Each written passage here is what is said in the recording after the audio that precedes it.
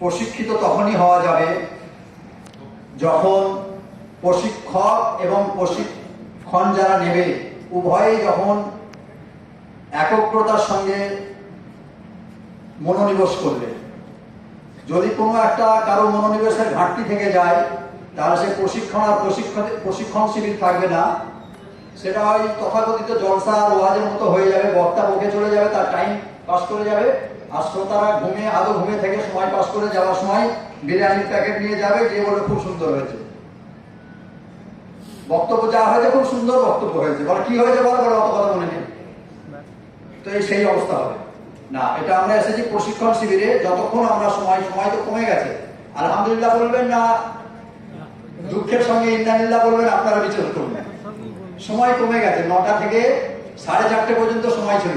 আপনারা খবর পেয়েছেন তো নাকি? প্রথম মেসেজ দিয়ে আসলে কটায়? 9টা থেকে 4:30। গত দুদিন প্রোগ্রাম করেছি আমি কলকাতায়, একদিন বাংলা একদিন উর্দু, সেখানেও 4:30, বরং 4:30 নয়, গতকাল তো 5টা বেজে গেছে প্রোগ্রাম শেষ করতে। এবার সেই তুলনায় 2:30টায় আপনাদের প্রোগ্রাম শেষ করতে হবে, 2:30টার ভিতরে। এবার সুবহানাল্লাহ বলবেন কি ইন্নালিল্লাহ বলবেন, আপনারা বিবেচনা করুন। কথা বোঝা গেছে? সেই জন্য যতক্ষণ এই অল্প সময় আমরা থাকবো, এই অল্প সময়টা মনোনিবেশের সঙ্গে আমরা সময়টা কাটাবো, ঠিক আছে? প্রতিটা পার্টের সময় নির্ধারিত করা আছে। আমাদের যারা ট্রেনার আছেন তারা সময় অনুযায়ী তাদের ট্রেনিং শেষ করবেন ইনশাআল্লাহ। আর আপনারাও যারা এখানে আছেন প্রত্যেকেই যতক্ষণ থাকবেন মনোনিবেশের সঙ্গে এগুলো দেখবেন। এখন যে পর্বটা শুরু হচ্ছে এটা হচ্ছে লজিস্টিক ইস্যু। লজিস্টিক মানে কি? লজিস্টিক হচ্ছে যে সমস্ত দুই সরকার, আমরা যে ইন্ডিয়া সরকার এবং যেখানে যাব সৌদি সরকার, এই দুটো সরকারের যে সমস্ত নিয়ম কানুনগুলো আছে, অর্থাৎ রুকুন আর আরকান, সেইগুলো বাদ দিয়ে যেগুলো প্রস্তুতি স্বরূপ আইন কানুন সরকারি ব্যাপারে যেগুলো আছে আর প্রস্তুতি স্বরূপ কি কি আমাদের করতে হবে, সেইগুলো এখানে আপনাদের সামনে তুলে ধরা হবে। এটা একটা খুব জরুরি আর গুরুত্বপূর্ণ পাঠ, এটাকে আমাদের খেয়াল করতে হবে।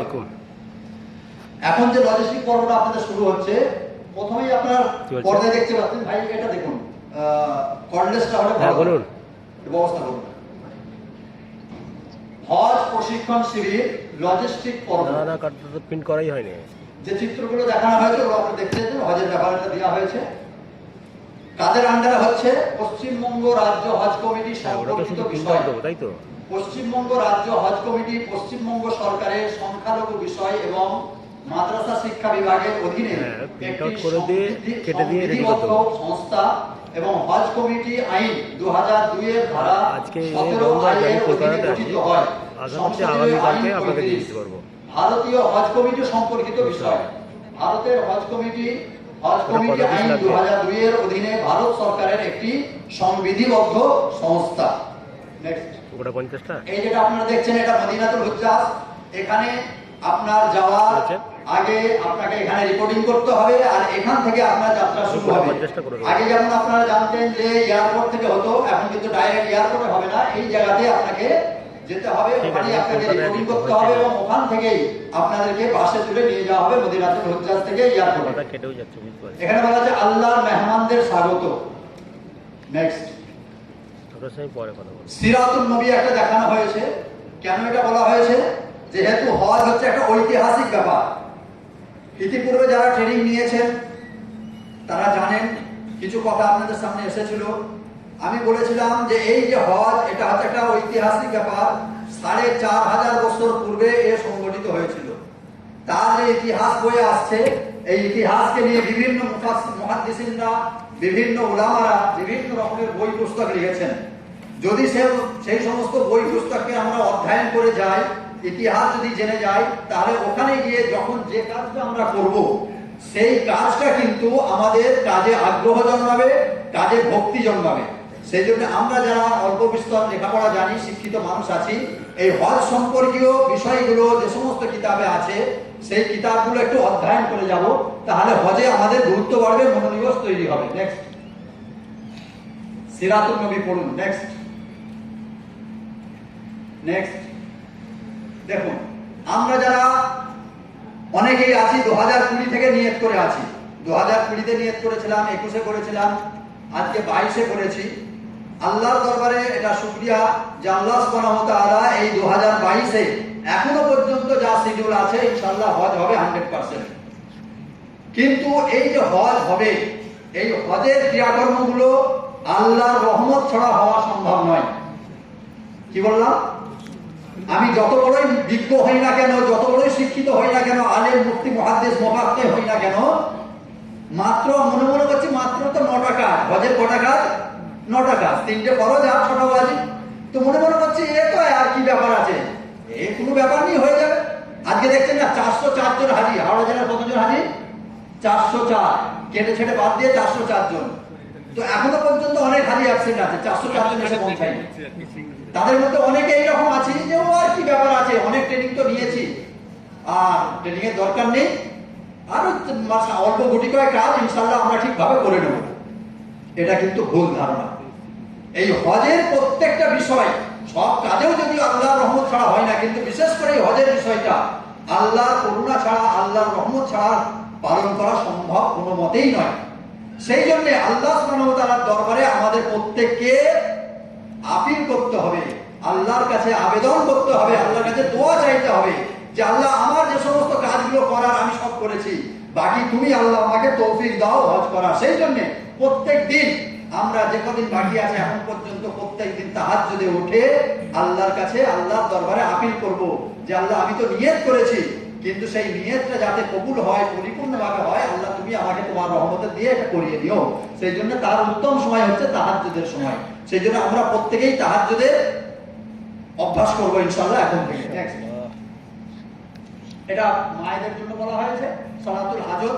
এটা তো প্রয়োজনের জন্য, হাজতের জন্য নামাজ পড়া হয়। এই নামাজও আপনারা যখন যে কাজগুলো করবেন, এই নামাজগুলো আদায় করে করবেন, তাহলে ইনশাআল্লাহ আল্লাহ আপনার হাজত পূরণ করবেন। নেক্সট যে কথাটা বলা হয়, হজকে সফলতা দেওয়ার জন্য দুটো জিনিস আমাদেরকে মেনে চলতে হবে। কটা জিনিস? দুটো জিনিস।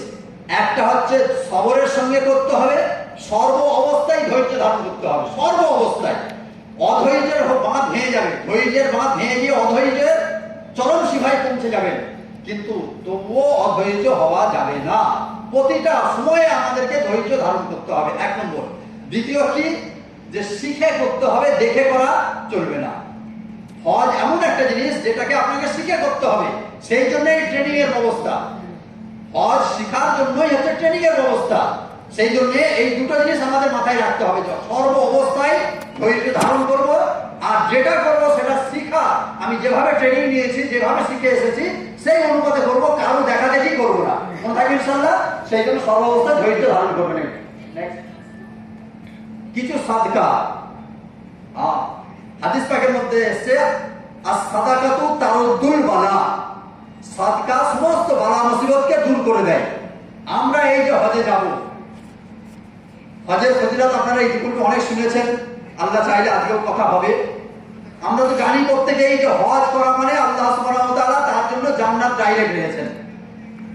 এই হজ এমন একটা ইবাদত যে ইবাদতের বিনিময়ে আল্লাহ তাআলা জান্নাত দান করবেন। এটা আল্লাহ রাসূল হাদিস, সহিহ হাদিস আর সিয়াসতের সমস্ত কিতাবে এটা এসেছে, পরবর্তীতে তার জন্য আসবে।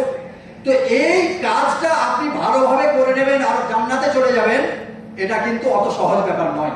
কেন? আমাদের চিরশত্রু সে সব সময় আমাদের পিছনে লেগে আছে। সে আমাদের চিরশত্রু কি সবসময় আমাদের পিছনে লেগে আছে, যার কারণে এতদিন আমাদের হজ হয়তো ফরজ হয়তো অনেক আগে, কিন্তু এই করবো করবো করবো করবো করে করে 2022 এসে পৌঁছেছে। এখনো যে আমরা করবো, এর মধ্যে কিন্তু প্রতিটা পদে পদে আমাদেরকে বাধা সৃষ্টি করবে। সেই বাধা থেকে অতিক্রম করার জন্য আমরা আল্লাহর রাস্তায় কিছু সাদকা করে দেবো। সাধ্য অনুযায়ী আমরা সাদকা করবো। সাদকা করবো মানে এই নয় যে একটা মুরগির সাদকা করে দিলাম, যেমন আমাদের কথাই আছে। হাজি সাহেবরা এর পূর্বে আমাদের ঘটেছে, একটা মুরগির সাদকা করে দেয়, তাও কোথায়? মসজিদে মুসল্লিদের জন্য জুমার দিনে পাঠিয়ে দেয় হাজত ভাত, সাদকার ভাত রান্না করে। না, এটা নয়। সাধ্য অনুযায়ী সাদকা। আল্লাহ তাআলা 4 লাখ টাকা খরচ করে আপনাকে নিয়ে যাচ্ছেন হাজে, আর আল্লাহর রাস্তায় সাদকা করবেন বালা মুসিবত থেকে হেফাজতের জন্য, তার জন্য একটা মুরগি দেবেন 100 টাকা দিয়ে। এটা আপনার জন্য সমীচীন নয়।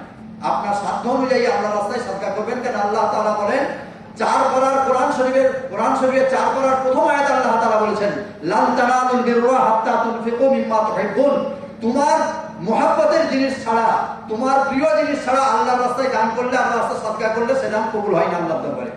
সেই জন্য আপনি যেমন সাধ্যের মানুষ সেই অনুপাতে আল্লাহর রাস্তায় আপনি সদকা করবেন এই বালা মুসিবত থেকে হেফাজত পাওয়ার জন্য। মনে থাকবে ইনশাআল্লাহ। নেক্সট, প্রত্যেক দিন আমরা যেটা বলি এটা আমাদের খুব প্রয়োজন, মা বোনেরা বিশেষ করে খেয়াল করবেন। প্রত্যেক দিন 2 থেকে 3 কিলোমিটার রাস্তা হাঁটা আরম্ভ করুন। কেন ওখানে যে কাজটা আপনাকে করতে হবে সমস্ত কাজটাই অধিকাংশ হেঁটে আপনাকে করতে হবে, বুঝতে পেরেছেন? সেই জন্য এখন থেকে প্রত্যেক দিন 2 থেকে 3 কিলোমিটার হাঁটা অভ্যাস করুন। ফজরের নামাজ পড়ে আপনারা চটি জুতো পরে, এটা ওয়াজ করে, মায়েদের চটি জুতো না হলেও হবে, পুরুষদের জন্য চটি জুতো পরতে হবে এরকম অবস্থায়।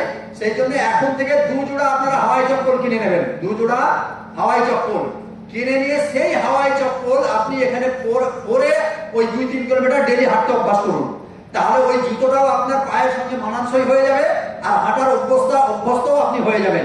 যদি এখানে হাঁটা অভ্যাস না করেন ওখানে গিয়ে কিন্তু আপনার মুশকিল হয়ে যাবে। সেই জন্য এখন থেকে প্রত্যেক দিন 2 থেকে 3 কিলোমিটার হাঁটতে আরম্ভ করুন। নেক্সট, এই যে সফর আমরা করতে চলেছি এই সফরটা খুবই গুরুত্বপূর্ণ সফর। আল্লাহ যদি আমার বড় নসিব করে আমরা ওখানে যদি আল্লাহ আমাদেরকে কবুল করে নেয় তাহলে আমরা তো বড় সৌভাগ্যবান। আমরা জানি না যে আবার ফিরে আসবো কিনা, আর যদিও ফিরে আসি তাহলে হজ হচ্ছে তার জন্য ফরজ যার বিনা পাওনা মিটিয়ে যার অ্যাসেট থাকবে।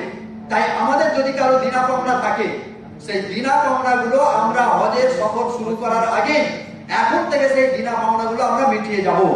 যদি এখনই আমার পক্ষে কোনো কারণে বিনা পাওনা মেটাতে যদি অসুবিধে থাকে, যদি সম্ভব না হয়, অন্তত যাওয়ার আগে আমার ওলি আমার গার্জেন যাকে আমি ছেড়ে যাব তাকে অন্তত ওসিয়ত করে যাব যে অমুক জায়গায় আমার দিনা আছে, সেই দিনাটা তুমি পরিশোধ করে দিও। নিজে পরিশোধ করে যাওয়াটা সব থেকে ভালো।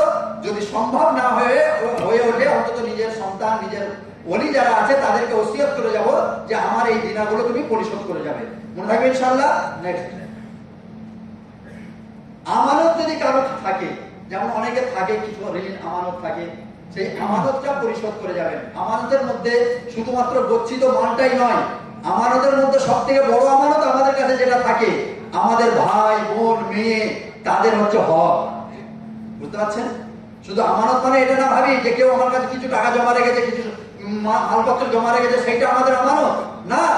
আপনার আমানত হচ্ছে যে আপনার বোন, আপনার ছেলে মেয়ে, আপনার আত্মীয় স্বজন যার হক আপনার উপরে রয়েছে সেটাও আপনার উপরে আমানত, সেটাও আপনার আমানত। অথবা এই সফর শুরু করার আগে সেই আমানত যার যা পাওনা আছে সেগুলো আপনি মিটিয়ে দিয়ে যাবেন। তার মানে মনে করেন আপনি গার্জেন চলে যাচ্ছেন, আপনার মেয়ে আছে, আপনার বোন আছে, আপনার ওয়ারাসাত হিসাবে তাদের পাওনা আছে, আপনার ভাই আছে, আপনার আত্মীয় স্বজন আছে, যার যা পাওনা যার যা হক আপনার উপরে আছে সেই হক গুলো আপনি কিন্তু আদায় করে যাবেন। এটাও হচ্ছে আপনার আমানত। নেক্সট, ওসিয়াতনামা। কেন ফিরবো কি ফিরবো না এ কথা আমরা কেউ জানি না। সেই জন্য যাওয়ার আগে আমি একটা ওসিয়াতনামা করে যাব। সেই ওসিয়াতনামাটা বিশেষ করে ছেলে মেয়েদের মধ্যে একটা ওসিয়াতনামা করে যাওয়া যে আমি যদি না ফিরি আমার অবর্তমানেতে বা আমার আল্লাহ যদি আমাকে নিয়ে নেয় তাহলে আমার এই ছেলে মেয়ে যারা আছে তাদেরকে এই অনুপাতে এই হক তাদেরকে আদায় করবে, এই তাদের পাওনা তাদেরকে মিটিয়ে দেবে। এইভাবে একটা ওসিয়াতনামা আপনি করে যাবেন। নেক্সট, এটা হচ্ছে সবথেকে গুরুত্বপূর্ণ বিষয় যে আমাদের যে প্রতিবেশী যারা আছেন, আমাদের আত্মীয় স্বজন যারা আছেন, আমার এই পার্থিব জীবনে চলতে গিয়ে ওঠা বসায় আচার আচরণের লেনদেনে তাদের সঙ্গে ছোট বড় হয়ে গেছে, উঁচু নিচু হয়ে গেছে, বিয়াদবি বেওসুলি হয়ে গেছে, হয়তো আমি কাউকে কোনো বড় কথা বলে ফেলেছি কোনোদিন জীবনেতে। তো আমি যে সফরে যাচ্ছি এই সফরে আল্লাহ তাআলা আমাকে মাসুম করবেন। কি করবেন বলেন? পিছনে বুঝতে পারছেন না আপনারা? কথা আওয়াজ বুঝতে পারছেন না? আল্লাহ আপনাকে কি জন্য নিয়ে যাচ্ছেন? মাসুম করার জন্য। মাসুম মানে বেগুনা। আপনি যখন হজ করে ফিরে আসবেন কিভাবে ফিরে আসবেন? আল্লাহ রাসূল বলেন যে হজ করলো আর হজের মধ্যে কোন রকম অশ্লীল আচরণ করলো না, সে এমন ভাবে ফিরে এলো যেন এই মুহূর্তে সে তার মায়ের পেট থেকে জন্মগ্রহণ করেছে। না না, সুবহানাল্লাহ এখানে বলার দরকার নেই। ঘরে গিয়ে সেখানে রাত্রে এসার পর খাওয়া দাওয়া করে সুবহানাল্লাহ বলবেন যে আল্লাহ এত বড় কথা বলেছেন আল্লাহ রাসূল, সেই জন্য এখন সুবহানাল্লাহ বলছি। তাই তো নাকি? বড় আফসোসের কথা, কত বড় কথা আল্লাহ রাসূল আমাদের জন্য বললেন, আমরা একটু সুবহানাল্লাহ বলে আল্লাহর কৃতজ্ঞতা আদায় করতে পারলাম না। হ্যাঁ, কি অবস্থা! আসলে আমরা ওই ব্যবসায়ী ওয়াজ শুনে শুনে না আমরা একদম কি বলবো আর ওই রকম হয়ে গেছি। ওই বক্তারা বলে একটু বলুন সুবহানাল্লাহ, আবার বলে জোর বলুন সুবহানাল্লাহ, শেষ বলে আরেকটু জোরে বলা যাবে না সুবহানাল্লাহ, তারপরে খিদে খাতে উঠে সুবহানাল্লাহ বলি আমরা। কত বড় কথা আল্লাহ রাসূল বললেন যে যার হজ কবুল হবে, আর কার হজ কবুল হবে? ফালা রাফাসা ওয়ালা ফুসুকা ফিল হজ, যে হজের মধ্যে কোনো অশ্লীল আচরণ করবে না তার হজ আল্লাহ কবুল করবেন। আর সে যখন ফিরে আসবে কেমন? কা ইয়াউমা উলিদাত, যেন আজকেই সে সদ্য প্রসূত হলো, মায়ের পেট থেকে জন্মগ্রহণ করলো। সুবহানাল্লাহ। এবারে মনে হয় বুঝতে পেরেছি আমরা, সেই জন্য সবাই বললাম সুবহানাল্লাহ। কথা বুঝতে পেরেছেন তো? তাহলে সেই মাসুম হয়ে যে আমরা আসবো সেখান থেকে, তার আগে আল্লাহ রাসূলের হাদিস যেটা রয়েছে সেটা কোথায় হয়? আরাফার ময়দানে। পর্যায়ক্রমে আলোচনা আসবে ইনশাআল্লাহ। কিন্তু আরাফার ময়দানে তার গুনাহকে আল্লাহ মাফ করে না যার হক দুনিয়াতে কারো উপরে রয়ে যায়। কি ডেঞ্জারাস অবস্থা বুঝতে পেরেছেন? কি কঠিন অবস্থা! যদি কারো হক আপনার উপরে রয়ে যায়, তার হক যদি আপনি আদায় না করে যান, তাকে যদি ক্ষমা চেয়ে না যান, তো আরাফার ময়দানে আল্লাহ আপনাকে সেই গুনাহ থেকে মাফ করবে না। তাহলে এই সফরে যাওয়ার আগে আমাদের আত্মীয় স্বজন প্রতিবেশী যারা আছেন প্রত্যেকের কাছে আমাদের ক্ষমা চেয়ে যেতে হবে। এটা একটা ভাইটাল পয়েন্ট। কথা বুঝতে পেরেছেন? আমার হাজি সাহেব এখানে আছেন মুর্শিদাবাদে। 2018 সালে এই কথা বলার সঙ্গে পরে শেষবেলায় একজন হাজি স্টেজে এসে বলছেন, হুজুর আমার ভাইয়ের সঙ্গে খুব বিবাদ। আজকে বিবাদ কাদের সঙ্গে করেন? পাড়া প্রতিবেশীর সঙ্গে বিবাদ আমাদের হয় না। নিজের ভাইয়ের সঙ্গে বিবাদ, বোনের সঙ্গে বিবাদ। দুবার তিনবার হজ করেছি কিন্তু নিজের ভাইয়ের সাথে মুখ দেখা দিইনি। এরকম আছে আমাদের। আমি বাস্তব কথা বলছি, বাস্তব, মানে গাল গল্প করছি না। আমার এই হাওড়া জেলার কেস, উলুবেড়িয়ার কেস, 3 বার হজ করেছে কিন্তু তার ভাইয়ের সঙ্গে এখন কথা নেই, সালাম মুসাফা নেই, ঈদের দিনে পর্যন্ত মেরে নেই। বাস্তব কথা বলছি, নাম বললে অনেকে চিনবেন, সেটা কি কথা হয়েছিল বলছি না। কথা বুঝলেন তো? হজ বেকার হয়ে গেছে। একটা ট্রাভেলিং এ গিয়েছিল, ঘুরে এসেছে, যেমন ওই সব বিভিন্ন জেলায় যায়, ওটা হয়েছে, বেকার হয়ে গেছে, কিছু কাজ হয়। এটা আমি বলছি না, আল্লাহ রাসূল বলছেন যে আরাফার ময়দানে তার গুনাহ মাফ হয় না যে কারো উপরে হক এসে রেখে গেল। আজকে বলেন আমাদের যত বিবাদ, নিজের ভাই বোনে, নিজের আত্মীয় সঙ্গে যত বিবাদ, নিজে ছোট হয়ে যান। আজকে যে সফরে যাচ্ছেন সেই সফরেতে আপনি মাসুম হওয়ার জন্য যাচ্ছেন। অর্থাৎ ভাই ভক্ত আত্মীয় স্বজন যারা আছে, ছোট বড় আদায় লেনদেন আদান প্রদানে ব্যবহারে হয়ে গেছে, হয়ে যাওয়া স্বাভাবিক, আমরা মানুষ হিসাবে করে ফেলেছি। তার কাছে গিয়ে দুটো হাত ধরে ক্ষমা চাউন যে ভাই তোর সঙ্গে যা কিছু হয়ে গেছে আমি হয়তো ভুল করেছি। আপনি জানেন যে আমার দোষ নয়, দোষটা বলি, তবু নিজে দোষ ঘাড়ে তুলে নেন, নিয়ে বলুন যে দোষটা আমার ভাই, আমি ভুল করে তোকে অনেক ছোট বড় কথা বলেছি, হয়তো তোর কাছে অনেক হয়তো বেয়াদবি করেছি, ভাই আল্লাহর রাস্তায় তুই আমাকে মাফ করে দে, আমি আল্লাহর রাস্তায় আল্লাহ মানে ঘরে আমি জিয়ারত করতে যাচ্ছি, তুই মাফ করে দে। দেখবেন আমি এটা বলে দিচ্ছি, সে ভাই, সে আত্মীয় আপনাকে আর সে মনের ভিতরে সে কোনো রকমের হক রাখবে না, সে আপনাকে মাফ করে দিয়ে গলায় জড়িয়ে ধরবে। আপনি একবার নিজে ছোট হয়ে যান তার কাছে, দেখবেন সে আসে কিনা আপনার কাছে। কিন্তু মনে করে আমাদের হাজি সাহেব কি মনে করে যে আমি হজে যাব, আল্লাহ আমাকে নিয়ে যাচ্ছে আর আমি তার কাছে ছোট হব। এই অহমিকার মধ্যে থেকে নিজের হজকে খারাপ করেন। সেই জন্য আজকে এটা একটা ভাইটাল পয়েন্ট, খুব গুরুত্বপূর্ণ বিষয় যে আপনাদেরকে আল্লাহ যে ডেকেছেন সেই আরাফার ময়দানে মাসুম হওয়ার জন্য। এখানে দুনিয়ায় যাদের হক আপনার উপরে রয়েছে সবার কাছে নত হয়ে, ছোট হয়ে, তার হাতে ধরে, প্রয়োজনে তার পায়ে ধরে আপনি ক্ষমা প্রার্থনা করুন। মান তাওয়াদা লিল্লাহ রাফাহুল্লাহ, আল্লাহ রাসূল বলেন কেউ যদি আল্লাহকে রাজি করার জন্য ছোট হয় আল্লাহ তার মর্যাদাকে বৃদ্ধি করে দেয়। সুবহানাল্লাহ। কেউ যদি আল্লাহকে সন্তুষ্ট করার জন্য ছোট হয় আল্লাহ তার মর্যাদাকে বৃদ্ধি করে দেয়। ওই ভাই তখন দেখবেন এই কথা বলবে যে আরে আমার বর্দা, সে আমার কাছে এসে হাতে ধরেছে, ক্ষমা চাচ্ছে, এটা হতে পারে না। সে তখন মুখে টেনে দিয়ে আপনাকে বলবে যে না বর্দা, তোমার কোনো দোষ ছিল না, দোষ আমারই ছিল, তুমি আমাকে মাফ করে দিও। আর আল্লাহর কাছে সেখানে যখন দোয়া চাইবে আমার জন্য দোয়া করো। দেখবেন এই কথা হয় কিনা, দেখবেন আপনি শুধু একটু নত হন, নম্র হন, দেখবেন এই রেজাল্ট আপনারা পেয়ে যাবেন। সেই জন্য এটা খুব গুরুত্বপূর্ণ কথা, খুব গুরুত্বপূর্ণ বিষয় এটা। যার যা আছে, সে আপনার ছোট হোক, আপনার বড় হোক, দূরবর্তী হোক, নিকটবর্তী হোক, তার কাছে গিয়ে এই সফর শুরু হওয়ার আগে বরং এখন থেকে তার কাছে গিয়ে তা আপনি ক্ষমা চেয়ে নেন। যদি ক্ষমা না চায় তার হজে যাওয়া না যাওয়া বেকার হয়ে যাবে, বেকার 4 লাখ টাকা শেষ হয়ে যাবে, 40 দিন সময় আপনার বেকার চলে যাবে। এটা আল্লাহ রাসূলের কথা অনুযায়ী আমি আপনাদেরকে বলছি। নেক্সট কি কি নেবেন বড় একটা লিস্ট করে দেওয়া আছে, এত তো এখানে বলার মতো সময় নেই, অনেক বড় লিস্ট করা আছে। আপনারা যোগাযোগ করবেন ওই ইনসানি মানে সেবা সমিতির সঙ্গে বা আমার সঙ্গে পরে যোগাযোগ করবেন, আমরা ওটা আপনার হোয়াটসঅ্যাপে দিয়ে দেবো এই লিস্টটা। এই যে দেখছেন এটা চলমান সিঁড়ি, বিশেষ করে মা বোনেদের বলছি, এই চলমান সিঁড়িটা ওখানে সব জায়গায় পাবেন। ওই যেখান থেকে আপনাকে বাসে নামাবে, বাসে নামাবার পর থেকে যখন আপনি আরাম সঙ্গে উঠবেন ওখানেও চলমান সিঁড়ি আছে, সেই চলমান সিঁড়িতে উঠতে হবে। এয়ারপোর্টে আপনার চলমান সিঁড়ি পাবেন। এইটাকে আপনি ব্যবহার করা শিখতে হবে। কোথায় ব্যবহার করা শিখবেন? এখন বড় বড় শপিং মলে হয়েছে, আমাদের হাওড়া স্টেশনেও আছে, শিয়ালদা স্টেশনেতেও আছে, এই চলমান সিঁড়ি আছে। একবার গিয়ে ওটাকে ব্যবহার করাটা শিখে আসবেন। ওর যে জয়েন্টিং মানে পয়েন্ট আছে, যেটা ওটা প্লেন থাকে আবার ভাঁজ হয়ে যায়, ভাঁজের জায়গায় ওই যদি জোর মুখে বাজায় তাহলে কিন্তু অসুবিধা হবে, সেই জন্য এটা ব্যবহার করাটা শিখে নিতে হবে। লিফট,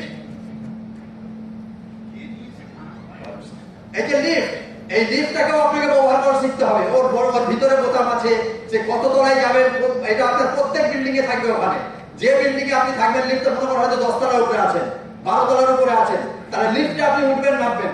বিশেষ করে মা বোনেরা এটা অবশ্যই এটা শিখে যাবেন, কেন লিফটের বোতাম টিপতে হবে।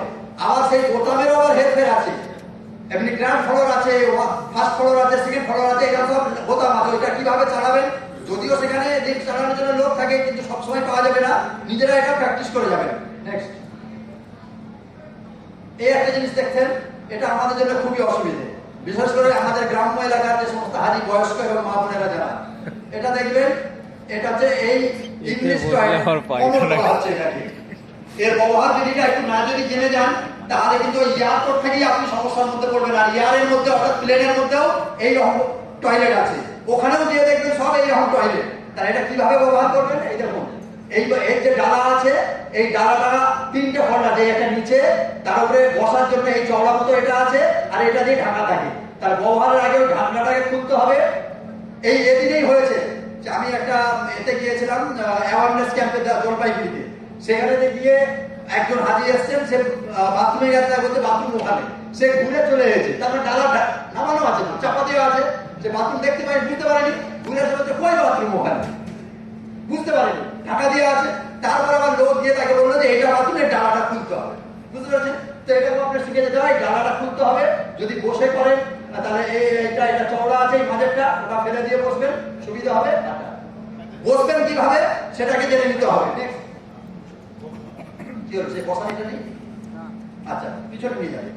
বসবেন কিভাবে, অনেকে 2 পা তুলে বসে পড়ে, একটু পিছনে ওটাকে যান, ওই জায়গায় ওর ওপরে অনেকে 2 পা তুলে বসে পড়ে, বুঝতে পেরেছেন?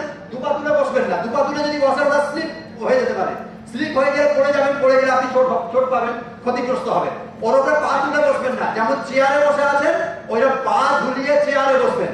আচ্ছা, মুখটা কিন্তু কোন দিক থাকবে, পিছনের দিকে, পিছন থাকবে। অনেকে ঘুরে বসে, ঘুরে বসে মানে ওই যে দেওয়ালের দিকে মুখ করে বসে, এই বসবেন না, তাহলে কিন্তু সব বাথরুমটা বাইরে পড়বে, বুঝতে পারছেন? সেই জন্য বসবেন যে এই দেখুন, ওই দিকে পিট করে বসবেন, ওই দিকে পিট করে বসবেন, এইদিকে সামনে মুখ করে বসবেন, বুঝতে পেরেছেন? আর পা এর উপরে তুলে বসবেন না, যেভাবে চেয়ারে বসেছেন পা ঝুলিয়ে ওইভাবে চেয়ারে বসবেন। নেক্সট, এই যে একটা দেখছেন, দুটো জিনিস এখানে আপনাকে দেখানো হয়েছে, একটা হচ্ছে পাস, একটা হচ্ছে মোবাইল। মোবাইল অবশ্যই নিয়ে যাবেন, কিন্তু যত্রতত্র মোবাইল ব্যবহার করবেন না। যত্রতত্র মানে আরাফাত ময়দানে আছেন, জামালাতে আছেন, রাসূল পাক সাল্লাল্লাহু আলাইহি ওয়াসাল্লাম রওজা জিয়ারত ধারে গেছেন, সেখানে সেলফি তুলে বাড়িতে পাঠাচ্ছেন, এসব কাজ করবেন না।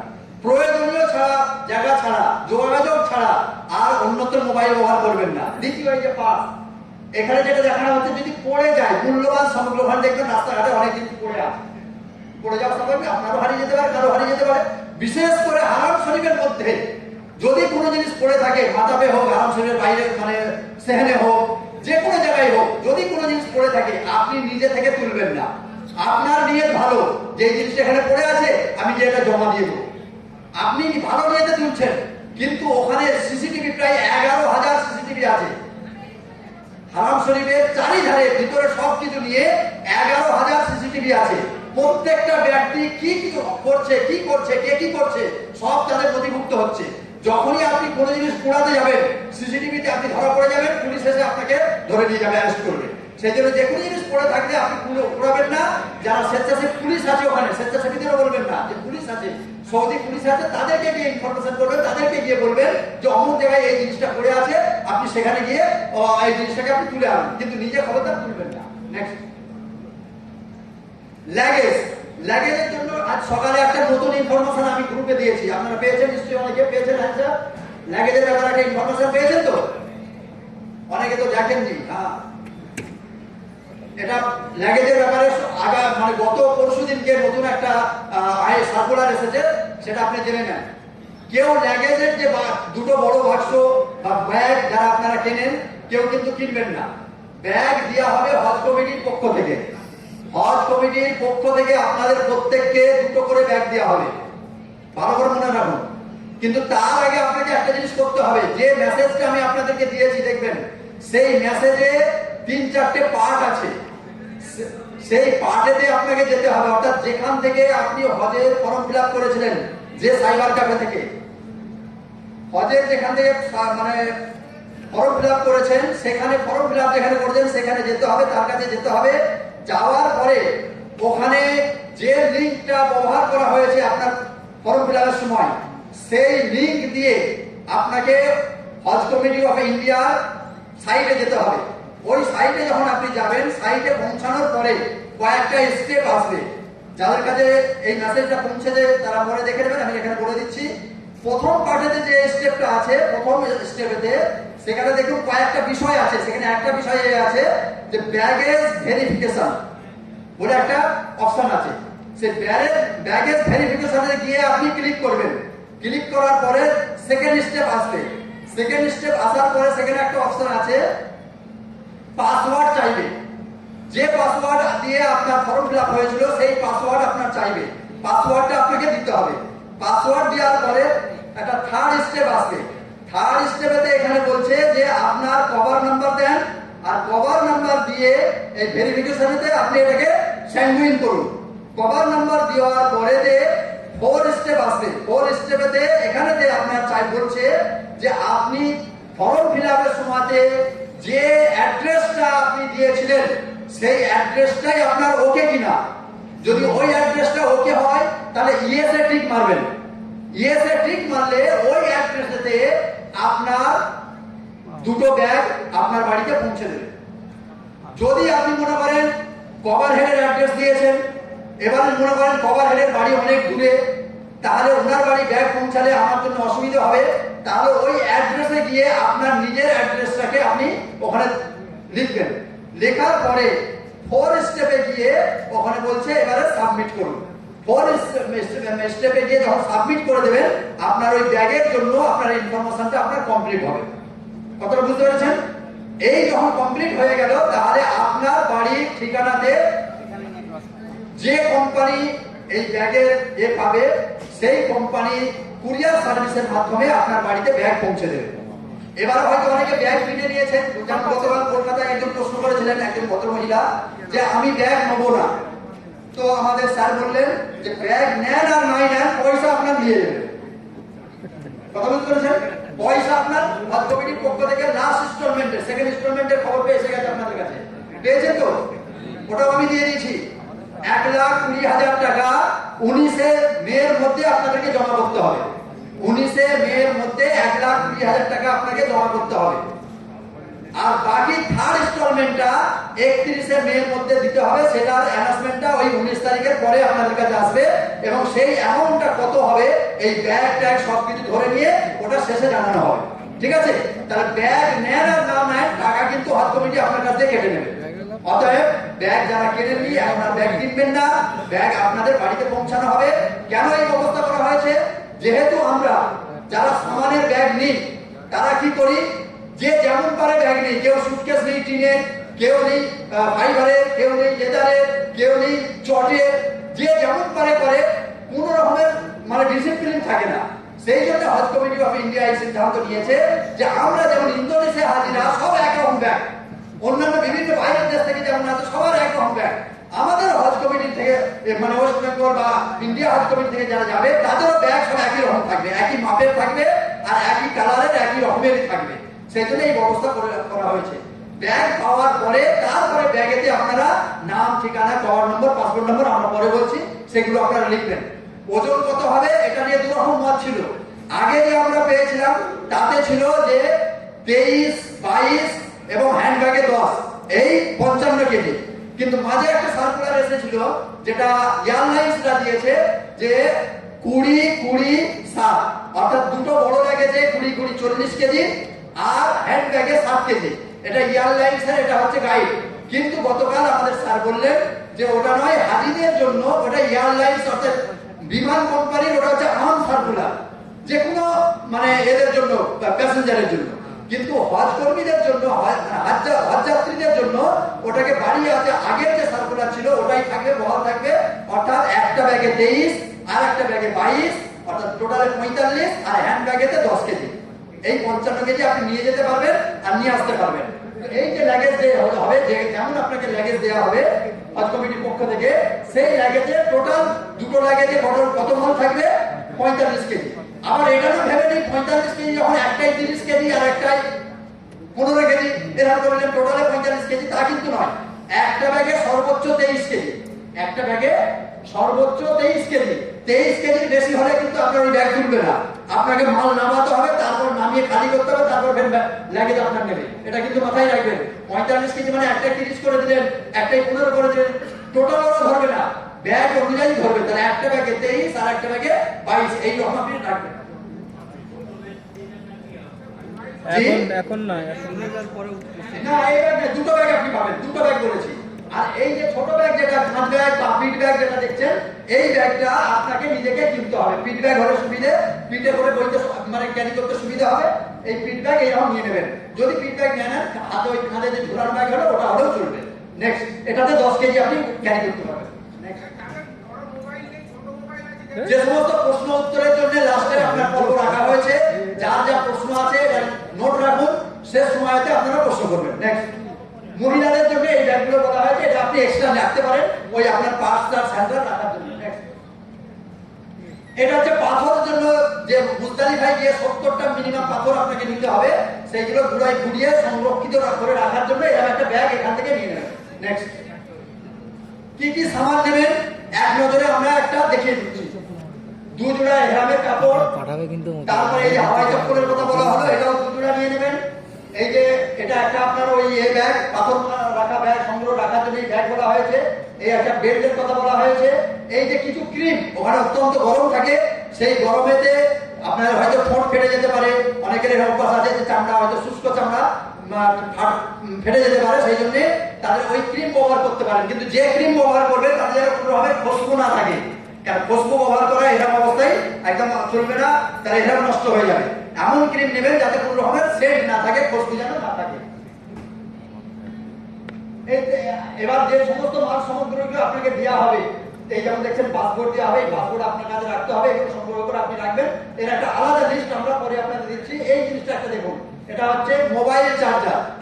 আপনি যে মোবাইল চার্জ দেবেন, ওখানে যে সমস্ত ক্ল্যাম্পগুলো আছে, চার্জার যেগুলো আছে, সব 3 পিন ব্যবহার করতে হবে, 2 পিন ওখানে ব্যবহার চলবে না। সেই জন্য এখান থেকে 3 পিন ওয়ালা জ্যাক এখান থেকে নিয়ে যাবেন। আর 3 পিন মানে গোল জ্যাক নয়, ওদের যে ওই চওড়া জ্যাক আছে, সেই চওড়া জ্যাক ওরা 3 পিন, যেটা আপনি এই কলকাতায় পেয়ে যাবেন আপনার ওই চান্দি মার্কেটে, আপনি ওখানে পাবেন ওগুলো। ওইখান থেকে কিনে নিয়ে যাবেন, তার ওটা সুবিধা হবে। আমরা ওখানে গিয়ে দেখেছি খুব অসুবিধা হয়, আর না হয় ওখানেও পাওয়া যাবে, ওখানে দাম বেশি দিয়ে কিনতে হবে। এখান থেকে নিয়ে গেলে সুবিধা হবে। একটা 7 দানার তসবিহ আপনাকে দেখানো হয়েছে, ছোট্ট ব্যাগ কোমরের সঙ্গে বেঁধে রাখার জন্য দেখানো হয়েছে, একটা চাদর দেখানো হয়েছে, যেটা নিয়ে যাবেন এখান থেকে ওই মুজদালিফায় পাতার জন্য, বা পলিথিন পেপার নিয়ে যাবেন। নেক্সট, এই যে চার্জার বা আপনার কি বলছে পাওয়ার ব্যাংক, এই দেখে এই যে পিন, এই চওড়া পিনওয়ালা যেটা আমি বলছিলাম, এই চওড়া পিনওয়ালা পিন এখান থেকে কিনে নিয়ে যাবেন। ওখানে অনেক দাম পাওয়া যায়, ওখানে কিন্তু অনেক দাম।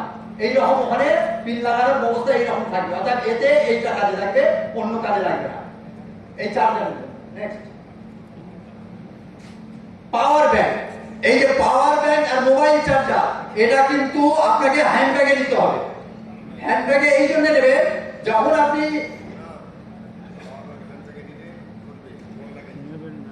না হ্যান্ড ব্যাগেই নেবেন, ওটা আপনাকে বার করতে হবে। আপনার হ্যান্ড ব্যাগে থাকবে, যখন আপনি এতে ঢুকবেন, পাসপোর্ট এয়ারপোর্টে যখন ঢুকবেন, ওরা একটা ওই দিয়ে দেবে, ট্রে দেবে। সেই ট্রেতে আপনার কাছে যে সমস্ত ওই মোবাইল চার্জ আছে, পাওয়ার ব্যাংক আছে, চশমা আছে, ঘড়ি আছে, আংটি আছে, যা কিছু আছে ওই ট্রেতে দিলে ওটা আলাদাভাবে পার হবে। তারপরে আপনার ব্যাগ স্ক্যান করে আপনাকে ভিতরে ঢোকাবে। অর্থাৎ পাওয়ার ব্যাংক আর মোবাইল চার্জার কিন্তু বড় লেগেজে নেবেন না, তাহলে ওখানে ওরা মেশিনে ধরা পড়ে যাবে, টিক টিক করে আওয়াজ হবে, আপনাকে খুলে বার করতে হবে। এটা কিন্তু মাথায় রাখবেন। হ্যান্ড ব্যাগে নেবেন, যখন এয়ারপোর্টে ঢুকবেন ওই ওরা ঝুড়ি বা একটা ট্রে দেবে, সেই ট্রেতে আপনি এগুলো রেখে দেবেন, তারপরে আপনি ঢুকবেন, ওদিকে গিয়ে আবার ওখানে নিয়ে নেবেন। নেক্সট, ইন্ডিয়ান হজ মিশনের ইনফরমেশন যে সিস্টেমটা আছে, এটা হচ্ছে হজ অ্যাপস। সেই হজ অ্যাপস যদি আপনারা কেউ ডাউন করে নিতে পারেন, তাহলে এই অ্যাপসের মাধ্যমে আপনারা সবকিছু আপনারা জানতে পারবেন। এই যে জিনিসটা দেওয়া আছে দেখুন, পিলগ্রিমেজের ডিটেইলস, এই ডিটেইলসটা আপনাদেরকে দেওয়া আছে। কেউ যদি আপনারা তুলে নিতে পারেন, এটাকে আপনারা নিয়ে নেবেন। এতে বিভিন্ন রকমের আপনাকে দেওয়া হয়েছে যে আপনার সুবিধার জন্য। নেক্সট, এই জিনিসগুলো নেবেন না। কি কি জিনিস নেবেন না লেগেছে? যে বড় লেগেজি হোক আর ছোট লেগেজি হোক, একদম আপনি সাথে নেবেন না। তার মধ্যে যে ম্যাচ বক্স আছে, এই অস্ত্র শস্ত্রগুলো আছে, এই যে খেলনার জিনিস আছে, খেলনার বন্দুক বিভিন্ন ধরনের ওখান থেকে নিয়ে আসে নাতি নাতকুড়িদের দেওয়ার জন্য, এগুলো কিন্তু নেবেন না। আর কাঁচা পচনশীল কোনো জিনিস, সবজি হোক, ফল হোক, যা কিছু হোক, যেগুলো পচবে, এই জিনিসগুলো নেবেন না। লিকুইড জিনিস, সে তেল হোক, যে কোনো জিনিস হোক, এগুলো লিকুইড একদম আপনি আপনার লেগেজে ব্যবহার করবেন না। অনেকে এগুলো লুকিয়ে নিয়ে যায়, এটা কিন্তু আইনত অপরাধ। খবরদার এই জিনিসগুলো আপনি লেগেজে বইবেন না। নেক্সট, এইটা যেটা দেখানো হয়েছে নেশার জিনিস, সম্পূর্ণভাবে নিষেধ। এমনকি পর্যন্ত গুল, গুটকা, যেগুলো আমরা অভ্যস্ত হয়ে যাই, বিড়ি, সিগারেট, পানের ওই যে জর্দা, এগুলোও কিন্তু এয়ারলাইন্সের আইন অনুযায়ী একদম নিষেধ ক্যারি করা। সেই জন্য খবরদার এগুলোকে আপনারা নেবেন না। যাদের অভ্যাস আছে, এখন থেকে অভ্যাস পরিত্যাগ করুন। চটি জুতোর কথা আগেই বলা হয়েছে, এই হাওয়াই চটি কিনে নেবেন। এই হাওয়াই চটি 2 জোড়া কিনে নিয়ে এখন থেকে পরা অভ্যাস করবেন। নেক্সট, ওষুধ। যদি ওষুধ আপনি সবসময় আপনাকে ব্যবহার করতে হয়, এখন অধিকাংশ আমরা সবাই রুগী, এই যাদেরকে ডেইলি ওষুধ ব্যবহার করতে হয়, মিনিমাম 45 দিনের ওষুধ নেবেন। কতদিন? মিনিমাম 45 দিনের ওষুধ নিয়ে 3টে ভাগে ভাগ করবেন। কটা ভাগে? 3টে ভাগে। 15 দিন 15 দিন করে 3টে ভাগে। দুটো বড় লাগেজে দুটো ভাগ রেখে দেবেন, আর নিজের কাছে যে হ্যান্ডব্যাগ আছে, সেই হ্যান্ডব্যাগে 15 দিনের ওষুধ নিয়ে নেবেন। তাই 3 15 45 দিনের ওষুধ আপনি 3 ভাগে নিয়ে নেবেন। আর অবশ্যই সাথে প্রেসক্রিপশন রাখবেন। যে ডাক্তারের অধীনে আপনি চিকিৎসাধীন আছেন, সেই ডাক্তারের কাছ থেকে প্রেসক্রিপশন করে নেবেন। আর অবশ্যই সেই প্রেসক্রিপশনে প্রত্যেকটা ওষুধের জেনেটিক নামটা লিখে নেবেন। বুঝতে পেরেছেন? কেন ওই ওষুধ যদি কোনো কারণে আপনার শেষ হয়ে যায়, ওখানে যদি ওষুধ কিনতে হয়, তাহলে সেম ওষুধ আপনি ওখানে পাবেন না। কিন্তু প্রেসক্রিপশনে যদি জেনেটিক নামটা লেখা থাকে ওষুধের, তাহলে ওই কোম্পানির ওই জাতের ওষুধ আপনি ওখান থেকে পেয়ে যাবেন। কথা বোঝা গেছে? তার প্রেসক্রিপশন অবশ্যই নেবেন, আর তাতে জেনেটিক নামটা ডাক্তারের কাছ থেকে লিখে নেবেন। নেক্সট, শুকনো খাবার। এটা আমরা বলি বটে, প্রয়োজন হয় না। কেন? এয়ারপোর্ট থেকেই যে খাবার দেওয়া হয়, হাজিরা খেয়ে শেষ করতে পারে না। তবুও কিছু বিস্কুট আর ওই কি বলে মিনার আরাফার জন্য আমি একটা পরামর্শ দিয়ে থাকি, যারা ছাতু খেতে অভ্যস্ত আছেন বা কাঁচা ছোলা যারা খান, তারা কিছু ছাতু যদি নিয়ে যান, কাঁচা ছোলা যদি নিয়ে যান, তাহলে মিনাতে যদি আপনি ওটা সাথে রাখেন, 1 গ্লাস ছাতু খেয়ে নিলে 1 দুপুর আপনার কাজ চলে যাবে। যদিও পর্যাপ্ত পরিমাণে খাবার মিনা আরাফা আপনাকে দেওয়া হবে, প্রয়োজন হয় না, তবু স্বতন্ত্রতার কারণে আপনারা এটা কিছু শুকনো খাবার সাথে রাখতে পারেন। নেক্সট, দড়ি 10 মিটার বলা হয়েছে। কিছু দড়ি সাথে রাখবেন, কেন জামা কাপড় শুকোতে দিতে হবে। বিল্ডিং এতেও জামা কাপড় শুকোতে দেওয়ার জন্য নিজেদেরকে দড়ি খাটাতে হয়, সেই জন্য এই 10 মিটার দড়ি এখান থেকে আপনি নিয়ে যাবেন জামা কাপড় শুকোতে দেওয়ার জন্য। এই যে ক্লিপ, হয়তো কোনো ছাদের উপরে আপনি জামা শুকোতে দেবেন বা ব্যালকনিতে জামা কাপড় শুকোতে দেবেন, তাহলে হাওয়া চলে, যদি ক্লিপ লাগিয়ে না যান তাহলে জামা কাপড় পড়ে যেতে পারে, হাওয়া উড়ে চলে যেতে পারে, আর আপনি সেটা ঘোরানো সম্ভব হবে না। সেই জন্য ক্লিপ সাথে করে নিয়ে যাবেন 2-3 প্যাকেট। নেক্সট, চশমা। আমরা অধিকাংশ তো চশমাধারী হয়ে গেছি এখন। চশমা অবশ্যই 2টো করবেন, 2 সেট। বুঝতে পেরেছেন? যে যাদের আমাদেরকে সবসময় চশমা পড়তে হয়, কমপক্ষে 2 সেট চশমা আপনি তৈরি করে নিয়ে যাবেন। কেন একটা চশমা যদি ভেঙে যেতে পারে বা কোনো কারণে যদি নষ্ট হয়ে যায় তাহলে আপনি কিন্তু বিপদে পড়বেন, ওখানে চশমা তৈরি করা খুব ব্যাপার আছে। সেই জন্য দুসের চশমা অবশ্যই করে নিয়ে যাবেন। আর পিছন দিকে দড়ি বাঁধবেন, এই যে দড়ি, কেন বলেন তিনি, আপনি যখন রমল করবেন, তওয়াফে জিয়ারত করবেন, সাই করবেন, আরাফার ময়দানে যখন আপনি যাবেন, কাপড়কে সাইদার দিয়ে কাপড় মারতে যাবেন, তখন এই ভিড়ে ধাক্কা ধাক্কিতে যদি চশমা পড়ে যায় আপনি গুঁড়োবার আর সুযোগ পাবেন না। কি বলেছি বুঝতে পারছেন? যদি গুড়াতে যান তার অ্যাক্সিডেন্ট অবধারিত। সেই জন্য আপনারা কোনো জিনিস পড়ে গেলে গুড়াবার চেষ্টা করবেন না। সেই জন্য সব জিনিস হেফাজতের সঙ্গে রাখবেন। আর চশমাও যদি ধাক্কা মেরে যদি খুলে যায় তাহলে দড়ি যদি পিছন দিয়ে লাগানো থাকে অন্তত খুলে গেলেও নিচে পড়বে না, খুলে গেলেও চশমাটা নিচে পড়বে না। সেই জন্য অবশ্যই পিছন দিক দিয়ে দড়িটা বেঁধে নেবেন। নেক্সট, আর সানগ্লাস অবশ্যই একটা নেবেন। যদিও ওখানে গত 2019 আমি দেখেছি ছাতা সানগ্লাস মুআল্লিমের লোকেরা ওখানে দিয়ে দেয়, আপনি বেডেতে পেয়ে যাবেন। এই বছর দেবে কিনা তার ঠিক নাই, যদি পান আলহামদুলিল্লাহ ভালো। অন্তত এখান থেকে আপনি নিজের একটা সানগ্লাস অবশ্যই নিয়ে যাবেন। কেন আরাফার ময়দানে কমপক্ষে 50 থেকে 55 ডিগ্রি সেলসিয়াস গরম থাকবে, লু হাওয়া চলে, বালি উঠতে থাকে, ধুলোবালি উঠতে থাকে, অর্থাৎ আপনাকে চশমা ওখানে সানগ্লাস পরতে হবে, পরলে আপনার চোখটা সুরক্ষিত থাকবে। নেক্সট, ছাতা, ওখানে ছাতা যদিও দেওয়া হয় তবু আপনি একটা ফোল্ডিং ছাতা নিজের সাথে করে নিয়ে যাবেন। নেক্সট, পানি, শুষ্ক আবহাওয়া, বেশি বেশি পানি পান করবেন, খাবার কম খাবেন, পানি বেশি করে ব্যবহার করবেন, বুঝতে পেরেছেন? আর যখন পানি যেখানে পান করবেন, বিশেষ করে হারাম শরীফের ভিতরে, মিনাতে, বিভিন্ন জায়গায় যে পানি ওখানে রাখা আছে জমজম পানি, দু ধরনের পানি আছে, একটা আছে খুব ঠান্ডা আর একটা হচ্ছে স্বাভাবিক। তার গায়ে লেখা আছে কোল্ড নট কোল্ড, বুঝতে পেরেছেন? তো কোন পানি ব্যবহার করবেন? নট কোল্ড, হ্যাঁ, এটা মাথায় রাখবেন। দিল চাইবে, মন চাইবে ঠান্ডা পানিটা ব্যবহার করতে, কেন অত গরমে সবে তো অফ করেছেন, এবার জমজম পান করবেন, তো মন চাইবে ঠান্ডা পানি ব্যবহার করবে, ঠান্ডা পানি মাথায় তুলবো, এটা আবেগে এসে যাবে, কিন্তু না, এটা করবেন না। যদি করেন সদ্য গরম থেকে উঠে এসেছেন আর গরমের পরেই যদি ঠান্ডা, অত ঠান্ডা, ঠান্ডা মানে কি খুবই ঠান্ডা, সেই পানি যদি ব্যবহার করেন আপনার শরীর খারাপ হয়ে যাবে, বুঝতে পারছেন?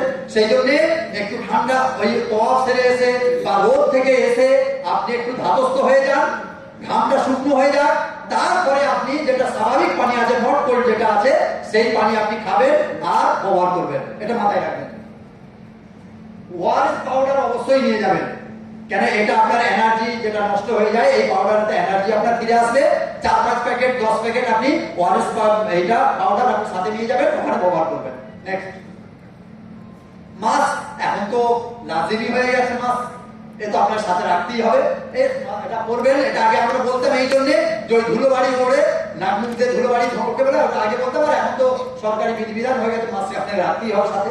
নেক্সট, এই যে 2 মিটার পলিথিনের পেপার দেখছেন, এটা অবশ্যই এখান থেকে যে লাগেজ গুলো বানাবেন তার সঙ্গে এই পেপারটা রাখবেন অবশ্যই, এটা মুদ্দালিফায় আপনার কাজে লাগবে। নেক্সট,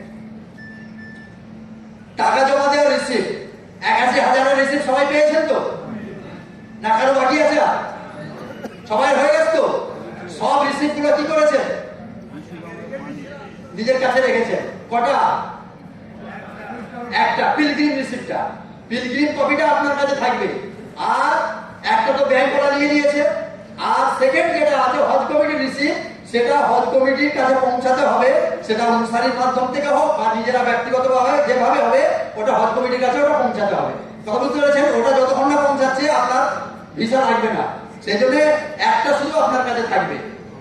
নেক্সট, ভ্যাকসিনেশন, এই ভ্যাকসিন হবে ইনশাআল্লাহ কিছুদিনের মধ্যেই, ডিক্লারেশন এসে যাবে। ভ্যাকসিনটা এখন আমাদের কাছে এসে পৌঁছায়নি, কালকেই কথা হচ্ছিল, আমাদের কাছে ভ্যাকসিন এসে পৌঁছে গেলে আপনাদের কাছে হোয়াটসঅ্যাপ বা পেপারেতে এবং প্রত্যেকের ফোনেতে মেসেজ চলে যাবে যে কবে কোন জায়গায় ভ্যাকসিন দেওয়া হবে। আপাতত আমরা মনে করেন উলুবেড়িয়া এলাকায়, আমাদের উলুবেড়িয়া জেনারেল হসপিটালের আন্ডারে ওখানে দেওয়া হয় রবীন্দ্র ভবনে, আর ডোমজুর এলাকায় একটা হয়, আর আমাদের হাওড়া লিপি হসপিটালের কাছে ওখানেতে হয়। হাওড়া জেলায় 3 জায়গায় ভ্যাকসিনের ব্যবস্থা হয়, ইনশাআল্লাহ আপনারা সেখানে গিয়ে ভ্যাকসিন নিয়ে নেবেন। নেক্সট, এটা একটা ড্রপ দেওয়া হচ্ছে ভ্যাকসিনের সাথে। নেক্সট, ভ্যাকসিন দেওয়ার পরে আপনাকে এই কার্ডটা দেওয়া হবে, এটা ভ্যাকসিনেশন কার্ড। এই কার্ডটা অবশ্যই আপনাকে হেফাজত করে রাখতে হবে। এই যে ট্রেনিং কার্ড আজকে নিয়েছেন, সবাই নিয়েছেন তো? টাকার বাকি আছে? ট্রেনিং কার্ড সবাই পেয়েছেন? জি। এই ট্রেনিং কার্ড কিন্তু হেফাজতের সঙ্গে রাখতে হবে। এই ট্রেনিং কার্ড আর এই ভ্যাকসিনেশন কার্ড এই দুটো কার্ড যদি আপনি রিপোর্টিং এর সময় যদি রিপোর্টিং না করেন তাহলে কিন্তু আপনার ভিসা লাগবে না। এটা স্মরণ রাখতে হবে, এটা মামুলি জিনিস নয়। সেই জন্য এই ট্রেনিং কার্ড আর ওই ভ্যাকসিন দেওয়ার পরে যে ভ্যাকসিন কার্ড ছোট ডায়েরির মতো আপনাকে দেওয়া হবে, এটা আপনি সযত্নে রাখবেন। এই যেটা হচ্ছে অনলাইন রিপোর্টিং যারা করেছেন, এই অনলাইন রিপোর্টিং এটা মোবাইলের মাধ্যমে যদি আপনি করে থাকেন, শেষ কিস্তি টাকা জমা করার রসিদ ও অনলাইন পিলগ্রিম ডিটেইলস এর কপি লাগবে। এটা মোবাইলে যারা আপনারা করবেন তাতে কিন্তু এই যে টাকা জমা দেওয়ার পিলগ্রিম রিসিপ্ট কপি যেটা ওটা, আর এই যে আপনার ওই ভ্যাকসিনেশন কার্ডের যে ইনফরমেশন যে এটা পেজটা আছে, এই দুটো মানে লোড করে মোবাইল দিয়ে আপনাকে যদি অনলাইনে রিপোর্টিংটা হয় 72 ঘন্টা আগে, তাহলে আপনাকে এই দুটো কাগজ অবশ্যই আপনাকে লাগবে। অর্থাৎ এই দুটো কাগজকে হেফাজতে রাখবেন। নেক্সট, মদিনাতুল হুজ্জাজে যে আপনি 72 ঘন্টা আগে রিপোর্টিং করবেন, যেটা অনলাইনেই হোক বা অফলাইনেই হোক। যেমন সার্কুলার আসলে আপনাদেরকে জানিয়ে দেওয়া হবে, লাস্ট ইয়ার 2019-এ অনলাইনেরও অপশন ছিল। যদি অনলাইনে থাকে আলহামদুলিল্লাহ আপনাদের অনেক ঝামেলা কমে যাবে। আর যদি অফলাইন হয় তাহলে মদিনাতুল হুজ্জাজে গিয়ে আপনাকে রিপোর্টিংটা করতে হবে ওই পেপারগুলো নিয়ে। তারপরে 24 ঘন্টা আগে আপনাকে যে সমস্ত ডকুমেন্টস গুলো দেওয়া হবে, কি দেওয়া হবে, এইগুলো দেওয়া হবে। অনলাইনে রিপোর্টিং তো আপনি করে দিচ্ছেন বা অফলাইনে রিপোর্টিং যে কেউ গিয়ে করলে হয়ে যাবে, কিন্তু যখন সামানপত্রগুলো আনতে যাবেন, নথিপত্র যখন আনতে যাবেন, সেই সময় একজন শিক্ষিত মানুষ যাবেন। সব হাজিদের যেতে হবে না, কভারের যে কোনো একজন গেলেই হয়ে যাবে, কিন্তু যিনি আনতে যাবেন তার যেন কমপক্ষে কিছুটা ইংরেজি জ্ঞান থাকে। কেন? যে পেপারগুলো দেওয়া হবে, এই যে দেখছেন 7 রকমের পেপার দেওয়া হবে, এই পেপারগুলোর সঙ্গে নাম, ফটো, অ্যাড্রেস পুরো বানান অনুযায়ী ঠিক বানান আছে কিনা, একই বানান আছে কিনা, একই সবকিছু আছে কিনা, এটা দেখে নিতে হবে। অনেক সময় ভুল হয়ে যেতে পারে। যদি ভুল থাকে সঙ্গে সঙ্গে কাউন্টারে রিপোর্ট করবেন, করলে ওরা আপনাকে মানে অপেক্ষা করতে বলবে, করার পরে ওরা ঠিক করে আপনাকে দিয়ে দেবে। আর যদি দিয়ে দেয় আর যা দিয়েছে সব যদি বেঁধে নিয়ে চলে আসেন আর বাড়িতে এসে দেখছেন যে ভুল হয়ে গেছে, তাহলে কিন্তু সমস্যায় পড়তে হবে। অনেক সময় এমন দেখা গেছে যে পাসপোর্ট একরকম আর ভিসার এতে ফটো আরেকজনের লেগে গেছে, তাহলে ওখানে যদি চেক করে না নিয়ে আসেন অসুবিধার সম্মুখীন হবেন। অতএব যিনি ডকুমেন্টস আনতে যাবেন একটু শিক্ষিত মানুষ গেলে ভালো হয়। যিনি যাবেন এইগুলো মিলিয়ে দেখে নেবেন। আপনার পাসপোর্ট ওই দিনে ফিরিয়ে দেওয়া হবে, তাতে ভিসা লাগানো থাকবে, ই ভিসা। সেই ভিসাতে আপনার যে ফটো লাগানো থাকবে, দেখে নেবেন যে পাসপোর্টের সঙ্গে ভিসার ফটো মিল আছে কিনা। এটা দেখবেন। স্টিল ব্রেসলেট দেওয়া হবে, সেই ব্রেসলেটে আপনার কভার নাম্বার আর আপনার নাম ইংরেজিতে লেখা আছে, ওটাও মিলিয়ে দেখে নেবেন। ই ব্রেসলেট, ইলেকট্রনিক ব্রেসলেট একটা দেওয়া হবে, সেটাতেও দেখে নেবেন ঠিক আছে কিনা। যাওয়া আসা বিমানের বোর্ডিং পাস, বোর্ডিং পাস মানে টিকিট, এরোপ্লেনের টিকিট, যাওয়ার টিকিট আসার টিকিট দুটো একসঙ্গে দিয়ে দেওয়া হবে। অর্থাৎ দুটো ঠিক মিলিয়ে দেখে নেবেন যে সেই টিকিটটা যাওয়া আসার আছে কিনা, এটা দেখে নেবেন। আইডেন্টি কার্ড, এই বুকে ঝুলিয়ে রাখার জন্য ফটো সহ আই কার্ড আপনাকে দেওয়া হবে, সেই আই কার্ডে আপনার নাম ঠিক আছে কিনা, আপনার ফটো লাগানো আছে কিনা, এটা দেখে নেবেন। সৌদির সিম কার্ড, এটা যদিও এখনো ফাইনাল হয়নি, কাল পর্যন্ত এটা ফাইনাল হয়নি যে সিম কার্ড দেওয়া হবে কিনা। কত বুঝতে পেরেছেন? আশা করছি সিম কার্ড আপনারা পাবেন। যে সিম কার্ড এখানে দেওয়া হবে ওতে 5 রিয়াল দেওয়া থাকবে। আপনারা এখান থেকে যে মোবাইল নিয়ে যাবেন, মোবাইলে সিম কার্ডটা ভরে নিয়ে যাবেন, কিন্তু এখানে চালু করবেন না। ওখানে এয়ারপোর্টে নামার পরে আপনারা ওখানেতে সিম কার্ড চালু করার জন্য বিশেষ ক্যাম্প থাকবে। সেই ক্যাম্পে গিয়ে যদি নিজে চালু করতে না পারেন, ক্যাম্পে গিয়ে বলবেন যে আমার এই সিম কার্ড আমার এতে লাগানো আছে, বা যে সিম কার্ডটা পাবেন ওইটা হাতে করে নিয়ে যাবেন। তাদেরকে মোবাইল আর সিম কার্ড দেবেন, তারা লাগিয়ে আপনারা ওখানে চালু করে দেবেন। আপনি যদি নিজে নিজে চালু করতে গিয়ে যদি একবার ওটা ভুল হয়ে গিয়ে যদি নষ্ট হয়ে যায়, তাহলে কিন্তু আপনার জন্য অসুবিধা আছে। কেননা ওতে যে আপনার বুড়া আঙুলের ছাপটা লাগে, একটা সিম কার্ডেতে আপনার বুড়া আঙুলটা অ্যালাউ করবে। একবার যদি বুড়া আঙুলের ছাপ লাগার পরে সিম কার্ডে যদি কাজ না করে, পরবর্তীকালে খুব পরেশানির মধ্যে আপনাকে পড়তে হবে। সিম কার্ড পাওয়া যাবে বটে, কিন্তু আপনার বুড়া আঙুলের ছাপ লেগে যাওয়ার কারণে আর দ্বিতীয়বার আপনারা নেবে না, সিম কার্ডটা আপনারা মানে অ্যাক্টিভেট হবে না। ওখানে দেখবেন বিমানবন্দর থেকে নামার পরেই বহু কোম্পানির সিম কার্ডের লোকেরা আপনার পিছনে পিছনে দৌড়তে থাকবে, হাজি স্যার সিম কার্ড, হাজি স্যার সিম কার্ড ফ্রি দেওয়ার জন্য। খবরদার তাদের কাছে সিম কার্ড নেবেন না, আর তাদেরকে ওই বুড়া আঙুলের ছাপ দেবেন না। একবার যদি ছাপ দিয়ে ফেলেছেন, যদি সেটা অ্যাক্টিভ না হয়, দ্বিতীয়বার সিম কার্ডে আপনার অ্যাক্টিভ হওয়ার কোনো সম্ভাবনা থাকবে না। চাই ইনশাআল্লাহ দেবে, ইনশাআল্লাহ আশা করি। সেই সিম কার্ডটাই সাথে নিয়ে যাবেন, ওখানে গিয়ে লাগিয়ে ওখানে অ্যাক্টিভ করবেন, বড় আঙুলের ছাপ লাগিয়ে। সেই সিম কার্ডে 5 রিয়াল ভরা থাকবে। আপনি ওখানে পৌঁছেই বাড়িতে আপনি নাম্বারে ফোন করে বলবেন যে আমরা পৌঁছে গেছি। তারপর ফের রিচার্জ করে দিয়ে আপনি আপনার মতো ব্যবহার করবেন। সিম কার্ডের ব্যাপারে একটু সতর্কতা অবলম্বন করবেন। এই 7টা পেপার আপনাকে, 7টা জিনিস ডকুমেন্টস আপনাকে মদিনাতুল হুজ্জাজ থেকে দেওয়া হবে। 24 ঘন্টা আগে আপনার ওটা মিলিয়ে আপনারা নিয়ে আসবেন। নিয়ে আসার পরে আরো ভালো করে এই যে লিস্টটা দেখানো হলো সেটা আপনাদেরকে এখানে চিত্র দিয়ে দেখানো হচ্ছে। এই দেখুন পাসপোর্ট, যে পাসপোর্ট আপনার জমা হয়ে যাবে, আপনারা অনেকে দিয়ে দিয়েছেন জমা, সেই পাসপোর্ট আপনার ওখানে দেওয়া হবে। এটা হচ্ছে আইডেন্টি কার্ড, আপনার ফটো লাগানো থাকবে, এই যে দেখছেন এই রকম। এটা হচ্ছে আপনার ভিসা, ই ভিসা, আমাদের তৌহিদ সাহেবের এটা ফটো লাগানো আছে। এই ভিসা আপনাকে দেওয়া হবে, এই আইডেন্টি কার্ড দেওয়া হবে, এই স্টিল ব্রেসলেট দেওয়া হবে, এই কভার নাম্বার দেখছেন, কভার নাম্বার দেওয়া আছে, আর নিচে ওর নাম লেখা থাকবে। এই একটা আইডেন্টি কার্ড দেওয়া হবে, আর এই ট্যাগ গুলো দেওয়া হবে এইগুলোতে লাগানোর জন্য। এটা পরবর্তীকালে ওরা আমাদের আমাদের স্বেচ্ছাসেবীরা থাকবে এয়ারপোর্টেতে বা মদিনাতুল হুজ্জাজে, তারা এই কাজটা করবে, আপনার কিছু করতে হবে না। এই কাগজ ডকুমেন্টস যা কিছু আপনি নিয়ে আসবেন, নিয়ে আসার পরে সব 4 সেট জেরক্স করবেন। কত সেট? কত সেট জেরক্স করবেন? 4 সেট করে প্রতিটা ব্যাগে একটা করে সেট ঢোকাবেন। কটা ব্যাগ হচ্ছে আপনার? 3টে ব্যাগ, 2টো বড় ব্যাগ, একটা খান ব্যাগ। প্রতিটা ব্যাগে এক সেট করে রাখবেন। আর এক সেট আপনি বাড়িতে রেখে যাবেন। আর এক সেট আপনি বাড়িতে আপনার যে আপনার অবর্তমানে যিনি গার্জেন থাকবেন তার কাছে ওই এক সেট ওটা জেরক্স করে রেখে দিয়ে যাবেন।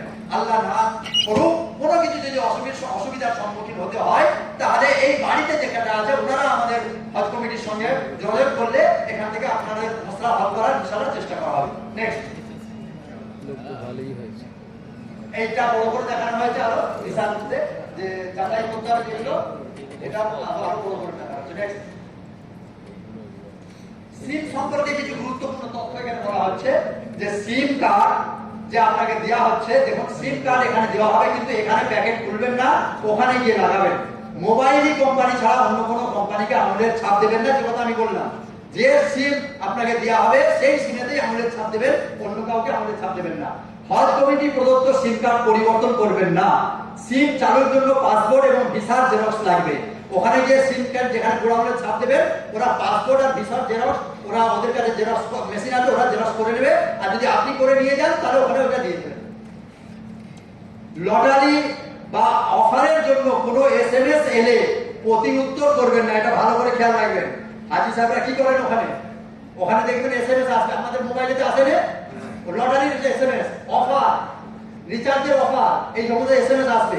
এই এসএমএস যতই আসুন না কেন আপনারা কেউ কিন্তু ওকে করবেন না, তাদের উত্তর দেবেন না, কেটে দেবেন, ওই ফাঁদে পা দেবেন না। বুঝতে পেরেছেন? হ্যাঁ, ফাঁদে যদি পা দিয়েছেন তাহলে দেখবেন ওদের ফাঁদে পা দিয়ে গিয়ে আপনি ফাঁদে পড়ে গেছেন। এ কাজ আপনারা করবেন না। মহিলারা সব আঙুলে মেহেদি রাগ করবেন না, কেন ওই যে বললাম বুড়ো আঙুলে ছাপ দিতে হবে। তাহলে আপনারা যদি সব আঙুলে মেহেদি করে যান, মেহেদি করা সুন্দর মায়েদের জন্য, যদি করেন তাহলে ওই মেহেদির কারণে আঙুলের ছাপটা ওখানে অ্যাক্টিভ হয় না।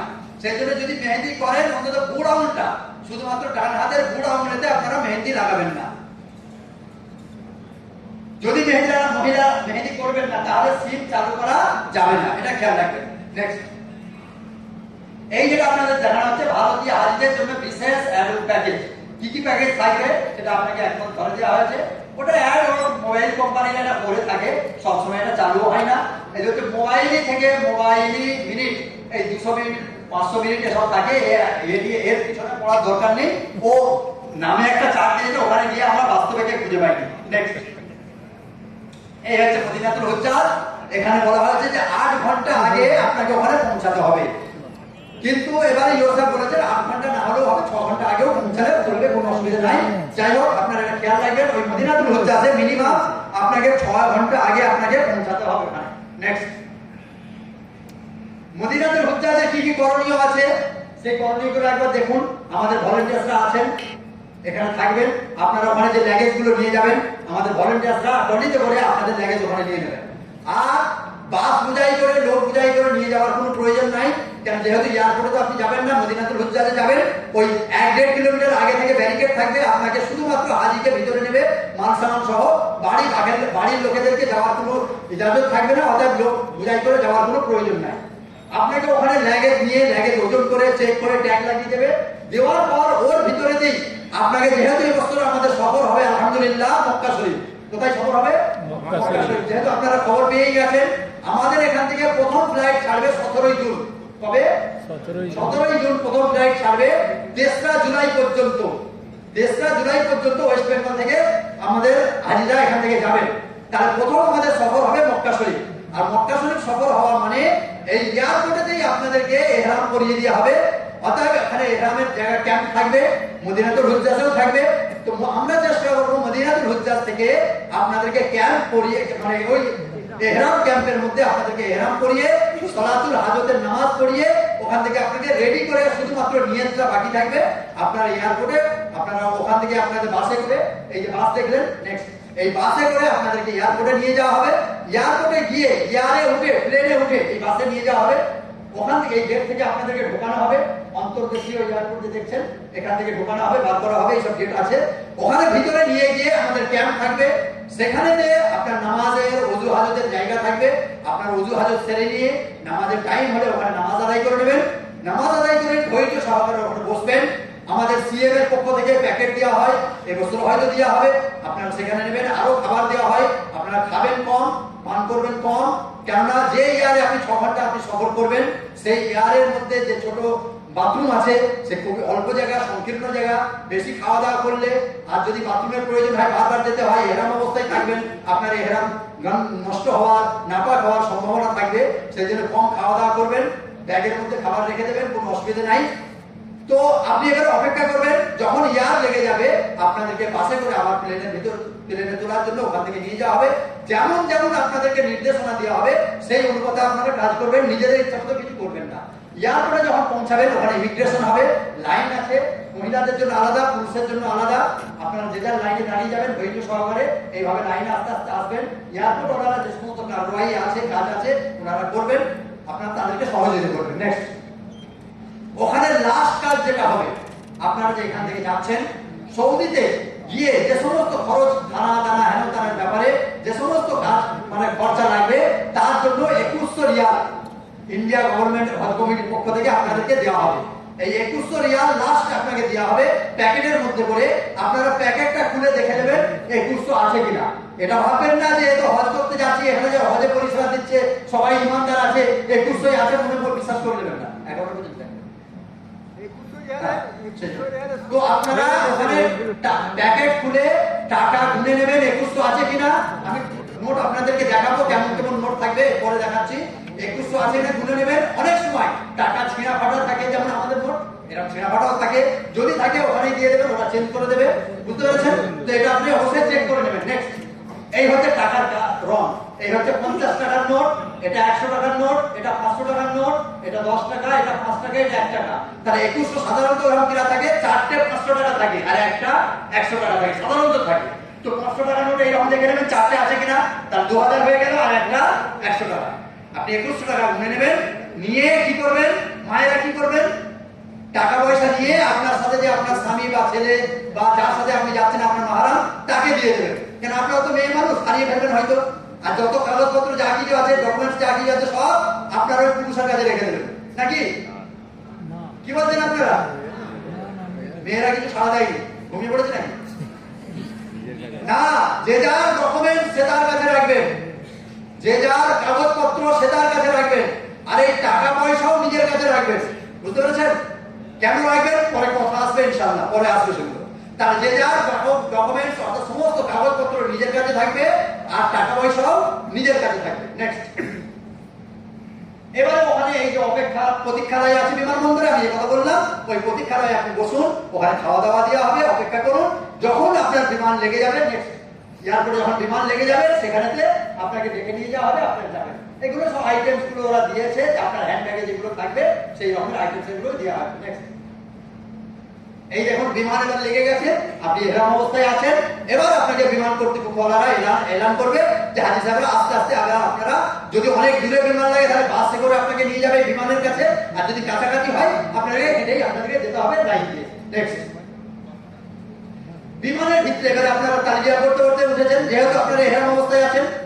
তালবিয়া করতে যদিও নিয়ত করতে আপনাদের বারণ করেছি, নিয়ত করার পরেই তালবিয়া করা ওয়াজিব, তবু যেহেতু এহরাম করে নিয়েছেন তালবিয়াই করতে থাকবেন, গল্প গুজব কিছু করবেন না।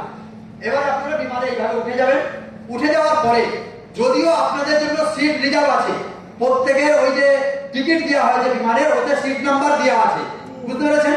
কিন্তু অধিকাংশ হাজি তো আমাদের বয়স্ক হাজি, আর জেলার হাজিরা অত লেখাপড়া বেশি জানে না, সেই জন্য হয়তো সিট নাম্বার খুঁজে পাবে না। আর যেহেতু সবাই হজ যাত্রী, সবাই আমরা একরামের সঙ্গে মানে ইসলামের সঙ্গে আমরা ব্যবহার করব, সেই জন্য এখানে সিট নাম্বার অতটা প্রয়োজন নাই। আপনারা যত হাজি যাবেন তার থেকে বেশি সিট থাকবে, যে যেখানে পারবেন গিয়ে ওখানে ধীরে স্থির ভাবে বসবেন। এবার সবাই মনে করছেন না জানলার ধারে আমাকে সিটটা নিতে হবে, তবে তো আমরা দেখতে পাবো কেমন ভাবে যাচ্ছি, খুলতে যাচ্ছি। এটা এর জন্য মারামারি করবেন না, হুড়োহুড়ি করবেন না, বুঝতে পারছেন? যদি আপনার সুযোগ হয়ে যায় আলহামদুলিল্লাহ বসবেন, যদি সুযোগ না হয় যেখানে সুযোগ হবে সেইখানেই আপনি বসবেন। এইভাবে লাগেজ গুলো যে হ্যান্ডব্যাগ আছে আপনার, এই হ্যান্ডব্যাগটা 10 কেজি কেন বলা হয়েছে, ছোট বড় কেন বলা হয়েছে? এই যে দেখছেন যেখানে আপনার এই হ্যান্ডব্যাগ রাখা হবে, এই বিমানের এটা বাঙ্কার, এই জায়গায় যদি বড় লাগেজ নেন তাহলে ওই জায়গায় ঢুকবে না। ওই জায়গায় যদি না ঝোঁকে ব্যাগটা, তাহলে আপনাকে কোলে করে নিয়ে বসতে হবে। এবার কোলে করে নিয়ে যদি বসেন, তাহলে যখন বিমানে খাবার দেবে আপনি খাবেন কি করে, আপনি নামাজ পড়বেন কি করে, অনেক অসুবিধা। তাহলে এটা কি করবে? হাজি তখন ওই যে যাতায়াতের পথ আছে ওইখানে রাখবে, আর ওইটা খুব জামা একদম অল্প সামান্য, একজন কোনোভাবে যেতে পারবে। ওই জায়গায় যদি ব্যাগ রাখেন তাহলে যাতায়াতের অসুবিধা হবে, ওই বিমান সেবিকারা যে ট্রলি নিয়ে যাতায়াত করবে তাদের জন্য অসুবিধা হবে, অথবা আপনাকে কোলে নিয়েই বসে থাকতে হবে। সেই জন্য চেষ্টা করবেন হাত ব্যাগটা যত ছোট সম্ভব হয় চেষ্টা করবেন। তাহলে এইখানে হাত ব্যাগগুলো রেখে দেবেন। সিটে বসে গেছেন, এবার ওরা ঘোষণা করবে যে আপনি বেল্টটা পরে নেন, বেল্টটাকে বেঁধে নেন। এই আপনার যে প্রত্যেকটা সিটে বেল্ট দেওয়া আছে, এই বেল্টটা আপনি লাগিয়ে দেবেন। কিভাবে লাগাবেন নেক্সট দেখুন। এই যে আপনি পিছনের এটা ক্লাম আছে, ক্লামটাকে যখন আনন্দের চার দেবেন, উপর দিকে তুলবেন, তখন ওই মুখটা, এখানে মুখটা ক্লিয়ার হয়ে যাবে, তখন এই পিনটাকে ওই মুখের ভিতরে ঢুকিয়ে দেবেন, দিয়ে এটাকে ছেড়ে দেবেন, দিলে বেলা ওটা আটকে যাবে। নেক্সট ওখানে বিমান সেবিকা আপনাকে দেখিয়েও দেবে। নেক্সট এবার বেল বেঁধে বসেছেন আপনি, এইভাবে ধীরে স্থির বসে থাকবেন। যখন মিকাত এসে যাবে, এই মিকাত এসে যাওয়ার পূর্বে ওরা ঘোষণা করবে, ইংরেজিতে, আরবিতে আর হিন্দিতে ঘোষণা করবে যে মিকাত এসে যাচ্ছে, এবার আপনারা নিয়ত করে নেন। সেই জন্য তখন এবার আপনারা নিয়ত করবেন, যেহেতু ইহরাম অবস্থায় আছেন আপনি নিয়ত করবেন, এ আল্লাহ আমি তোমাকে রাজি খুশি করার জন্য উমরার জন্য আমি নিয়ত করছি, এ আল্লাহ তুমি আমার জন্য সহজ করে দাও, আমার পক্ষ থেকে কবুল করে নাও। নিয়তটা করে নিয়ে এবারে একবার তালিয়া পড়া ওয়াজিব, তারপরে এই তালিয়াটা পড়ে নেবেন। কমপক্ষে 3 বার করে আমরা তালিয়া পড়বো। মনে হয় সবাই মুখস্থ হয়েছে তালিয়া? সবাই আছে তো মুখস্থ? তো একবার আমরা আজকে তালিয়াটা পড়ে নিয়ে আসুন।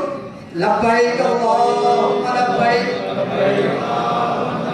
লব্বাইক লা শারীকা লাক লব্বাইক, লব্বাইক লা শারীকা লাক ইন্নাল হামদা ওয়ান নি'মাতা লাক ওয়াল মুলক লা শারীকা লাক। যখনই তালিয়া পড়বেন 3 বার পড়বেন, আর মনোযোগ সহকারে পড়বেন। মা বোনেরা আস্তে পড়বেন, পুরুষরা যত সম্ভব হবে জোরে পড়বেন, ঠিক আছে? এবার তালিয়া পড়ে নিয়েছেন। এইবারে যে সমস্ত ইহরাম অবস্থায় যে পাবন্দিগুলো ছিল আগামীতে আসছে ইনশাআল্লাহ, সমস্ত পাবন্দি আপনার উপরে লেগে গেল। না কিছু খুশবু জিনিস খেতে পারবেন, যে পাবন্দিগুলো আছে পরে আমরা দেখাবো, সেগুলো আপনারা মেনে এবারে চলবেন, ঠিক আছে? এইভাবে আপনি সফর করতে আরম্ভ করছেন। এই জায়গায় এখানে লিখে দেওয়া হয়েছে। নেক্সট দোয়া করেছিলেন, কিসের দোয়া? এই যে সফর শুরু হয়েছে, প্রত্যেকটা সফর শুরু করার সময় আল্লাহর উপর ভরসা করে তো আমরা সফর শুরু করেছি। বিসমিল্লাহি তাওয়াক্কালতু আলাল্লাহ লা হাওলা ওয়ালা কুওয়াতা ইল্লা বিল্লাহ, তো আমরা পড়েই নেব সবাই। আর গাড়িতে ওঠার, যে কোনো সওয়ারিতে ওঠার যে দোয়াটা আমাদের অধিকাংশ হয়তো মুখস্থ আছে, অনেকের নাই, এই বাংলায় লিখে দেওয়া আছে। যখন আপনার প্লেন ছাড়বে সেই সময় এই দোয়াটা পড়ে নেবেন। হাত তুলে পড়তে হবে, এটা কোনো জরুরি নয়। কি পড়বেন? সুবহানাল্লাযী সাখখারা লানা হাযা ওয়া মা কুন্না লাহু মুকরিনিন ওয়া ইন্না ইলা রাব্বিনা লামুনকালিবুন। এই লাই টান হবে না, এটা একটা মিস্টেক হয়েছে। এখানে লাই টান নেই, লামুনকালিবুন নাম তাকিদ আছে, নাম তাকিদ আছে এখানে। তো এই লাই টান হবে না, এটা যে একটা মিস্টেক আছে আমি বলে দিচ্ছি। লাই টানবেন না, লামুনকালিবুন পড়বেন না, তার মানে পুরো উল্টে যাবে। এটা হবে লামুনকালিবুন, ঠিক আছে? এই দোয়া আমরা পড়ে নেব ইনশাআল্লাহ। নেক্সট বিমান এইভাবে উঠবে। নেক্সট এই বিমানের ভিতরে আপনাদের এই পরিষেবা দেওয়া হবে। এই যে ট্রলি চলবে রাস্তা দিয়ে, যাকে খাবার দেওয়া হবে, আপনারা কিভাবে খাবেন? এই যে লকটা দেখছেন, প্রতিটা সিটের পিছনে এই লক লাগানো আছে। এই লকটা এই যে দেখছেন, এটা ওই যেমন আমাদের জানলা কপাটে ছিটকিনি থাকে না, কাঠের ছিটকানি ঘুরিয়ে দিলে জানলাতে ছিটকিনি লাগানো হয়, এই লকটা হচ্ছে ছিটকিনি লাগানো আছে। ওটা ঘুরিয়ে দিলে একটা ছোট্ট টেবিল বার হয়ে আসবে, ফোল্ডিং টেবিল। ওটা সেট করা আছে সিটের সাথে, ওইটাকে ঘুরিয়ে দিলে টেবিলটা বেরিয়ে আসবে, আপনার সামনে একটা টেবিল হয়ে যাবে, যে সমস্ত খাবার দাবার দেবে ওই টেবিলে রাখবেন, ওই টেবিলে রেখে খাবেন।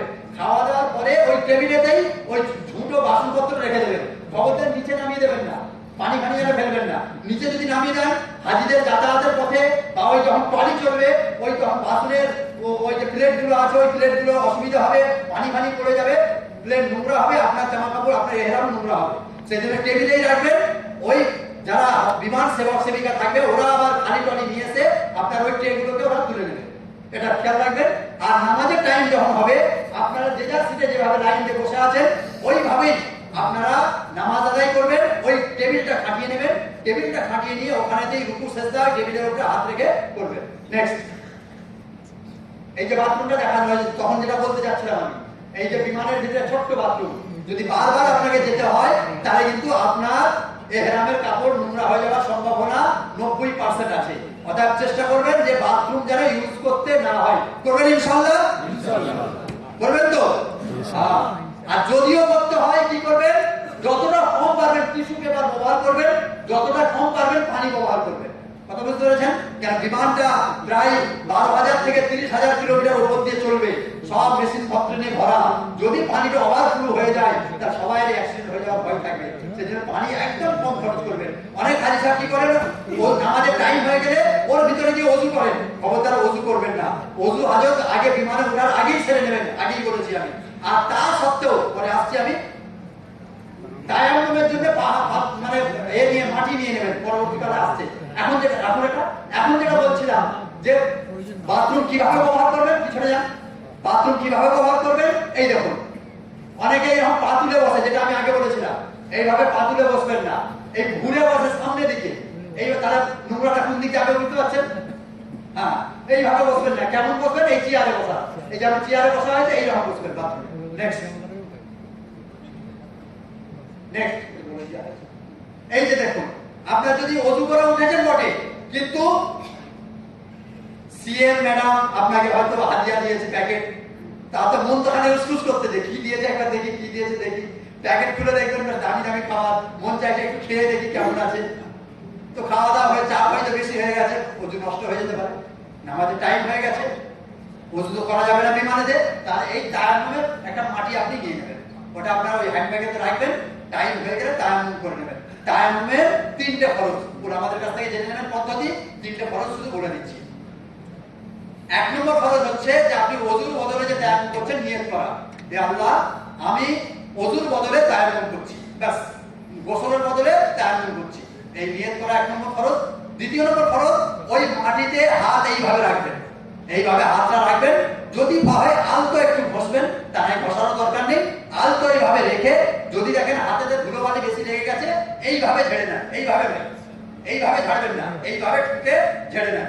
নিয়ে পুরো মুখমণ্ডলটা, যেটা ওযুতে ধোয়া ফরজ, ওই পুরো মুখমণ্ডলটা, তার চুলের গোড়া থেকে নিয়ে কানের নতি পর্যন্ত আর এই দাড়ি নিচে পর্যন্ত পুরোটা একবার মাসা করে নেন, অর্থাৎ মুছে নেন। 2 নম্বর ফরজ। 3য় নম্বর ফরজ হচ্ছে দ্বিতীয় একবার ওই মাটিতে হাত ঘষে নেন। হাত ঘষে নিয়ে আবার ওইভাবে ছেড়ে নিয়ে ডান হাতের পিছনটা এইভাবে ঘষুন, হয়ে গিয়ে আগে সামনের দিক দিয়ে এইভাবে ঘষে দেন। ফের বাম হাতের এইভাবে পিছনটা ঘষুন, তারপর ফের সামনেটা এইভাবে ঘষে দেন। ব্যাস 2টো হাত এইভাবে যখন মুসা করে নিলেন, আপনার 3 নম্বর ফরজ আদায় হয়ে গেল, পুরো তায়াম্মুম আপনার মুকাম্মাল হয়ে গেল। তাহলে পানি ব্যবহার করা, ওযুর জন্য পানির আর কোনো প্রয়োজন হবে না। অতএব তায়াম্মুমের মাটিটা অবশ্যই আপনার হ্যান্ডব্যাগেতে এটা নিয়ে নেবেন। নেক্সট, এই যে নামাজ পড়বেন, আমরা অতি উৎসাহী সুন্নত আদায় করার জন্য অনেকে দাঁড়িয়ে যায়, এই জলদি তো আমরা জামাত করবো বিমানে বলে, ওই যে ছোট লাউঞ্জটা আছে যাওয়ার জন্য, ওখানে দাঁড়িয়ে যায়, দাঁড়িয়ে জামাত করতে আরম্ভ করতে হয়। খবরদার এই কাজ করবেন না। এইভাবে এই রাস্তা ব্লক করে কেউ নামাজে দাঁড়াবেন না। কত বলতে এইভাবে ছোট লাউঞ্জে গিয়ে কেউ জামাত করবেন না। নেক্সট, কিভাবে নামাজ পড়বেন? এইভাবে আপনি যেহেতু কেবলামুখী যাচ্ছেন, আপনার বিমান কোন দিকে যাচ্ছে? কেবলামুখীতে যাচ্ছে, পশ্চিমমুখী আপনি যাচ্ছেন। অর্থাৎ যেভাবে আপনি সিটে বসে আছেন ওইভাবে বসে বসে আপনি নামাজ আদায় করবেন, এতেই আপনার হয়ে যাবে। নেক্সট, বিমান এইভাবে উঠছে, মানে বলা হয়েছে 12 থেকে প্রায় 30,000 কিলোমিটার উপর থেকে বিমান যাবে। নেক্সট, এই এয়ারপোর্টে আপনাকে জেদ্দা এয়ারপোর্টে নামানো হবে। নেক্সট, এই হচ্ছে এয়ারপোর্টে আপনি নামছেন, বাস রেডি আছে, বাসে করে আপনাকে নিয়ে যাওয়া হবে। নেক্সট, এইভাবে বিমান থেকে ধীরে স্থির ভাবে সিঁড়ি থেকে নামবেন আস্তে আস্তে। নেক্সট, ওখানে গিয়ে এবার আপনার ইমিগ্রেশন আছে। আপনার ঘরে লাউঞ্জ আছে, লাউঞ্জের সিট আছে, পর্যাপ্ত পরিমাণ আপনার বাথরুম আছে, বাথরুম সেরে নেন, ওজু হাজত সেরে নেন, নিয়ে আপনি অপেক্ষা করুন, এইভাবে লাইনে বসে যান। যখন ইমিগ্রেশন পয়েন্টে আপনাকে নিয়ে যাবে, আপনারা এইভাবে মেয়েদের লাইনে মেয়েরা চলে যাবেন, ছেলেদের লাইনে ছেলেদের চলে যাবেন, আস্তে আস্তে লাইন ধরে আসুন। যে পাসপোর্ট ভিসা যা কিছু আপনার কাছে আছে হাতে করে নেন, হাতে করে নিয়ে ইনশাআল্লাহ এই কাউন্টারে আসুন। ওনারা ওনাদের যে সমস্ত কাজ আছে কাজগুলো সেরে আপনাকে পাসপোর্ট ভিসা দিয়ে দেবে। নেক্সট, এই যে দেখছেন আর ভালো করে দেখানো হয়েছে। নেক্সট, তারপরে ওই বিমানবন্দর থেকে যখন আপনি বেরোবেন ঠিক সেই সময় দেখার চলন্ত বেল্ট আছে। আপনার যে মাল সামান যেটা দুটো বড় ব্যাগের যেটা আপনি মদিনাতুল হুজ্জাতে আমাদের খাদেমদের হাতে দিয়ে দিয়েছিলেন, সেই ব্যাগটা আপনাকে ওখানে গিয়ে পাবেন। ওইখানে জিদ্দা বিমানবন্দরে এই যে চলন্ত বেল্ট আছে, এই বেল্টে করে আপনার ব্যাগটা ঘুরবে। এই ব্যাগ এইখানে আপনি দাঁড়িয়ে যান, দাঁড়িয়ে গিয়ে আপনি দেখবেন যে আপনার ব্যাগ আসছে কিনা। যদিও একটা ইনফরমেশন দেওয়া হয়েছে, এখনো যদিও ফাইনাল নয়, কিন্তু গত 2019 সালে এটা ছিল। ওখান থেকে আপনাকে ব্যাগ নিতে হয় না, ওই ব্যাগ ওরাই ওখানে দিয়ে আপনাকে আপনার বিল্ডিং এতে পৌঁছে দিয়েছিল। এবছর সম্ভবত ওটা হতে পারে। তো যদি না হয় তাহলে ব্যাগটা আপনাকে এখান থেকে সংগ্রহ করে আপনাকে নিয়ে যেতে হবে। নিয়ে শুধুমাত্র আপনি বাইরে বার করবেন, জেদ্দা এয়ারপোর্টের বাইরে ব্যাগটাকে নিয়ে গিয়ে বার করে রাখবেন। ওখান থেকে ব্যাগ নিয়ে যাওয়ার জন্য ওদের লরি আসবে, ছোট ছোট লরি আসবে, সেই লরিতে আপনাকে ব্যাগ নিয়ে যাবে। মুআল্লিমের লোক আপনাকে তার নির্ধারিত বাসে আপনাকে নিয়ে যাবে, আর ব্যাগও তাদের নির্ধারিত গাড়িতে করে নিয়ে যাবে। নেক্সট, এই বাইরে আপনি বের হয়ে আসুন এই পয়েন্ট থেকে। নেক্সট, এইভাবে যখন দেখছেন আমাদের সিজিআই জিদ্দা তখন ছিলেন তিনি নুরুর রহমান সাহেব, এখন অন্য এসেছেন, উনি নিজে তত্ত্বাবধান করছেন ওখানে ব্যাগে। এই যে ব্যাগের কথা বললাম, ব্যাগের তত্ত্বাবধান উনি নিজে করছেন। নেক্সট, হাজিরা অপেক্ষা করছেন। নেক্সট, এইভাবে অপেক্ষা করবেন প্রতীক্ষালয়ে। নেক্সট, নেক্সট, এয়ারপোর্ট এখানে দেখছেন আমাদের যে খাদেমুল হুজ্জাত যারা থাকবেন, আমাদের ইন্ডিয়া জার্সিধারী, ওদের কাছে মাইকও থাকে, ওরা এলান করবে। কোনো রকমের অসুবিধা হলে ওদের কাছে আপনারা রিপোর্ট করবেন। নেক্সট, এই দেখেন আরো ভালো দেখা যায় হজ প্রতিনিধি, ভারতীয় হজ প্রতিনিধি যারা, এই হচ্ছে তাদের ড্রেস, হাতে ঝান্ডা থাকবে অনেক সময়। তো এদের কাছে সমস্ত রকমের সহযোগিতা আপনারা পাবেন। নেক্সট, এয়ারপোর্টের বাইরে এই যে একটা বাস লাগানো আছে, আমি যে কথা বললাম, এই হাজিরা লাইন দিয়ে আসছেন। যখন এই বাসে আপনারা উঠবেন, এই বাসে ওঠার সময় শুধু হাত ব্যাগটা আপনার কাছে থাকবে। ওই বাসে ওঠার সময় এখানে মুআল্লিমের লোক দাঁড়িয়ে আছে, উনি আপনার পাসপোর্ট নিয়ে নেবেন। কথা বুঝতে পেরেছেন? উনি আপনার পাসপোর্ট আপনার নিয়ে নেবে। পাসপোর্ট নিয়ে একটা কার্ড দেবে, সেই কার্ডটার নাম হচ্ছে ইকামা কার্ড। একটা ছোট্ট কার্ড আপনাকে এইভাবে কার্ড আপনাকে দিয়ে দেবে। ওই কার্ডটা কিন্তু আপনাকে সযত্নে রাখতে হবে, কারণ ফেরার সময় ওই কার্ডটা দেখালে তবে পাসপোর্ট আপনি ফেরত পাবেন। কথা বুঝতে পেরেছেন? তাহলে পাসপোর্ট নিয়ে ইকামা কার্ড আপনাকে দেবে এই জায়গাতে। এবারে আপনাকে বাসে তুলে দেবে, আপনি বাসে উঠে যাবেন, লাগেজ আপনার অন্য ব্যাগে অন্য গাড়িতে যাবে। মুআল্লিম তার নির্ধারিত যেখানে আপনার নির্ধারিত বিল্ডিং আছে সেই বিল্ডিং এর কাছে আপনাকে নিয়ে যাবে। নেক্সট, এইভাবে আপনার তুলে নিয়ে যাচ্ছে। নেক্সট, মক্কার পথে বাসে যাচ্ছে। অনেক সময় এটা ওই বাসে ওঠার সময়তেও দেয়, আবার বাসে উঠে ওখানে দুটো কার্ড আপনাকে দেবে। একটা হচ্ছে বাসের কার্ড, যেটা যে বাস স্ট্যান্ড, যেটা যত নম্বর আছে, যেমন আমাদের এখানে নাম্বার হচ্ছে বাস স্ট্যান্ড থাকে 10 নম্বর, 11 নম্বর, 12 নম্বর। তো আমরা যেহেতু সবাই তো আজিজিয়ায় থাকবো, আজিজিয়াতেও বাস স্ট্যান্ডের নাম্বার আছে। আপনি কোন নাম্বারের বাস স্ট্যান্ড ব্যবহার করবেন তার জন্য একটা কার্ড ওরা দেবে। মনে করলে আপনি 10 নম্বর কার্ড পেয়েছেন, তাহলে আপনার বিল্ডিং এর নিকটেই ওই 10 নম্বর বাস স্ট্যান্ড আছে। আপনি ওই বাস স্ট্যান্ড থেকে যাবেন আর আসবেন, ওই কার্ডটা আপনাকে সাথে রাখতে হবে। আর 10 নম্বর বাস স্ট্যান্ডের কার্ড নিয়ে যদি 9 নম্বরে যান, তাহলে অন্য জায়গায় অন্য এলাকায় চলে যাবেন, আপনার বিল্ডিং এ পৌঁছাতে দেরি হয়ে যাবে, অসুবিধা হবে। সেই জন্য এই কার্ডটাও রাখবেন। আর একটা হলুদ বাসলে যেটা মিনার সমস্ত তথ্য দেওয়া আছে সেটা আপনাকে দেবে। আর হলুদ একটা কার্ড দেবে যেটা মিনার তথ্য, মুআল্লিমের নাম ঠিকানা আপনার তাতে দেওয়া আছে, সেটা আপনি দেখবেন। এই যে কার্ড দেওয়া হচ্ছে বাসে, এই কার্ডটা আপনি খেয়াল করবেন। তালাত ভাই,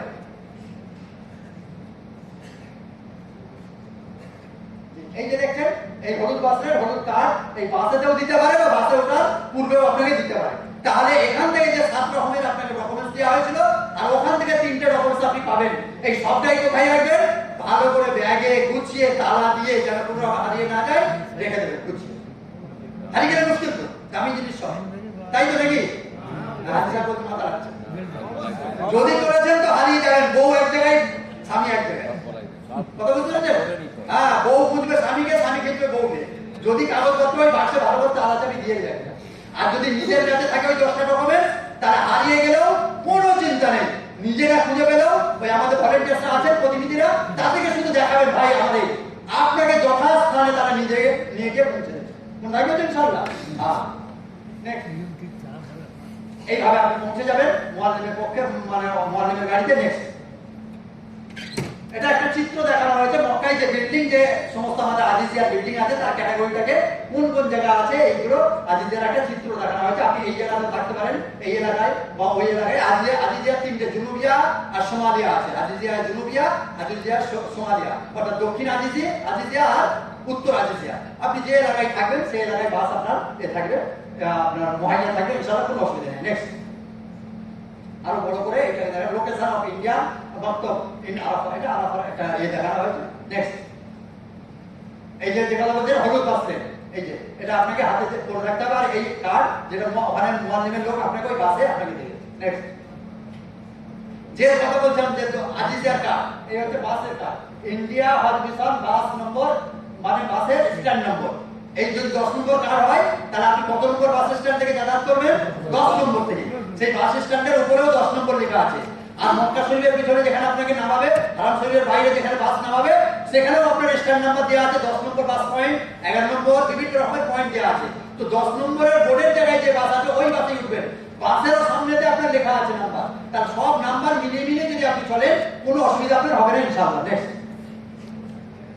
এই যে আজিজিয়ার বাস স্ট্যান্ড, আপনি যে এলাকা থেকে উঠবেন এরকম রাস্তা না আছে। এই যে দেখছেন 10 নম্বর লেখা আছে, দেখতে পাচ্ছেন?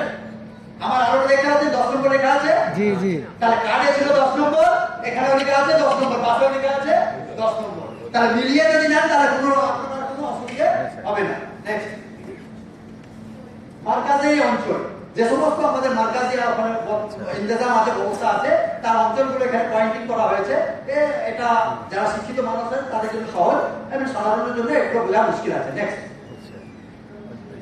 মসজিদে নববী, এটা একটা পয়েন্টিং করা হয়েছে। নেক্সট, ওই সাধারণত মসজিদে নববী, এটা হচ্ছে জান্নাতুল বাকি। এগুলো সব আসবে মদিনার বায়ানে, ইনশাআল্লাহ চিত্রগুলো।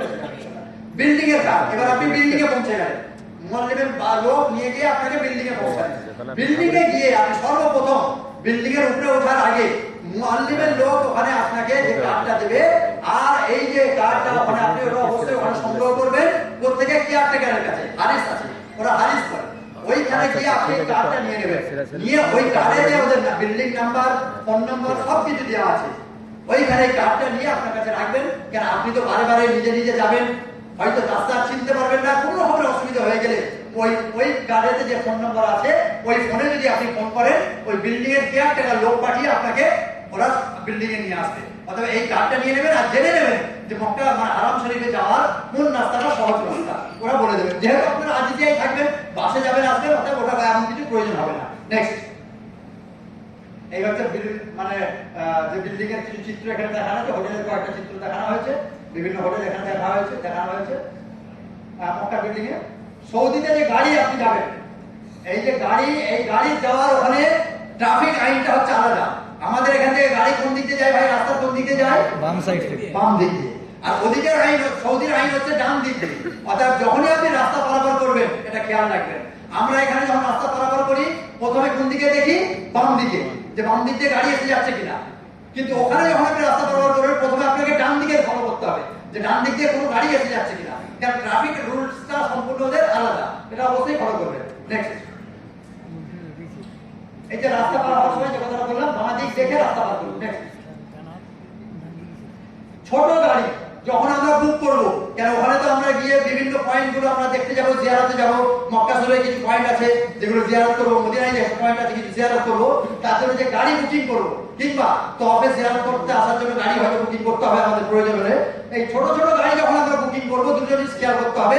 যদি আমাদের সঙ্গে মেয়েরা থাকে, এই গাড়ি বুকিং করার পরে যখন আমরা মেয়ে যারা যদি থাকে সাথে, তাহলে গাড়িতে ওঠার সময় আমরা কাদেরকে আগে তুলবো? পুরুষদেরকে। আমরা এখানে কি করি? আগে মেয়েদেরকে তুলি, যে কোনো গাড়িতে আগে কি করি? মেয়েদেরকে তুলি, তারপরে আমরা উঠি। কিন্তু ওখানে তা করবেন না, মেয়েদেরকে শেষ বেলায় তুলবেন, আগে পুরুষরা উঠবেন, তারপরে মহিলারা উঠবেন। আর নামার সময় ঠিক এর উল্টো, আগে মহিলাদেরকে নামাবেন, তারপরে পুরুষরা নামবেন। অঘটন হয়ে যেতে পারে, এরকম রিপোর্ট আছে, এর জন্য সাবধানতা অবলম্বন করবেন। নেক্সট, হ্যাঁ, ওইখানে আমার কথা বলা হচ্ছে আগে মেয়েদেরকে নামাবেন। নেক্সট, জমজম, যে কথাটা আগে বলেছি আমি, বিভিন্ন জায়গায় জমজম রাখা আছে। আর প্রতি জমজমেতে ইনশাআল্লাহ ঠান্ডা আর স্বাভাবিক আছে ওগুলো করবেন। এই যে জমজমটা আপনাকে দেখানো হচ্ছে এটা হচ্ছে ফিরে আসার সময়। আপনি যখন ফিরে আসবেন ওখান থেকে তো পানি আপনাকে আনতে দেওয়া হবে না, আগেই বলা হয়েছে লিকুইড জিনিস আনা নিষেধ প্লেনেতে, সেই জন্য আপনাকে জমজম ওখান থেকে আনতে হবে না। কেউ লুকিয়েও নিয়ে আসবেন না লাগেজের ভিতর করে, অনেকে এটা করে বলে আসল জমজম কিছু দরকার, অর্থাৎ ওরা মনে করে যে জমজম এয়ারপোর্টে যে জমজম দেওয়া হয় এটা হচ্ছে ফাইল হয়তো, সেই জন্য আসল জমজম ছোট ছোট ফাইলে করে নিজের কাপড়ের ভিতরে লাগেজের ভিতরে করে নিয়ে আসে।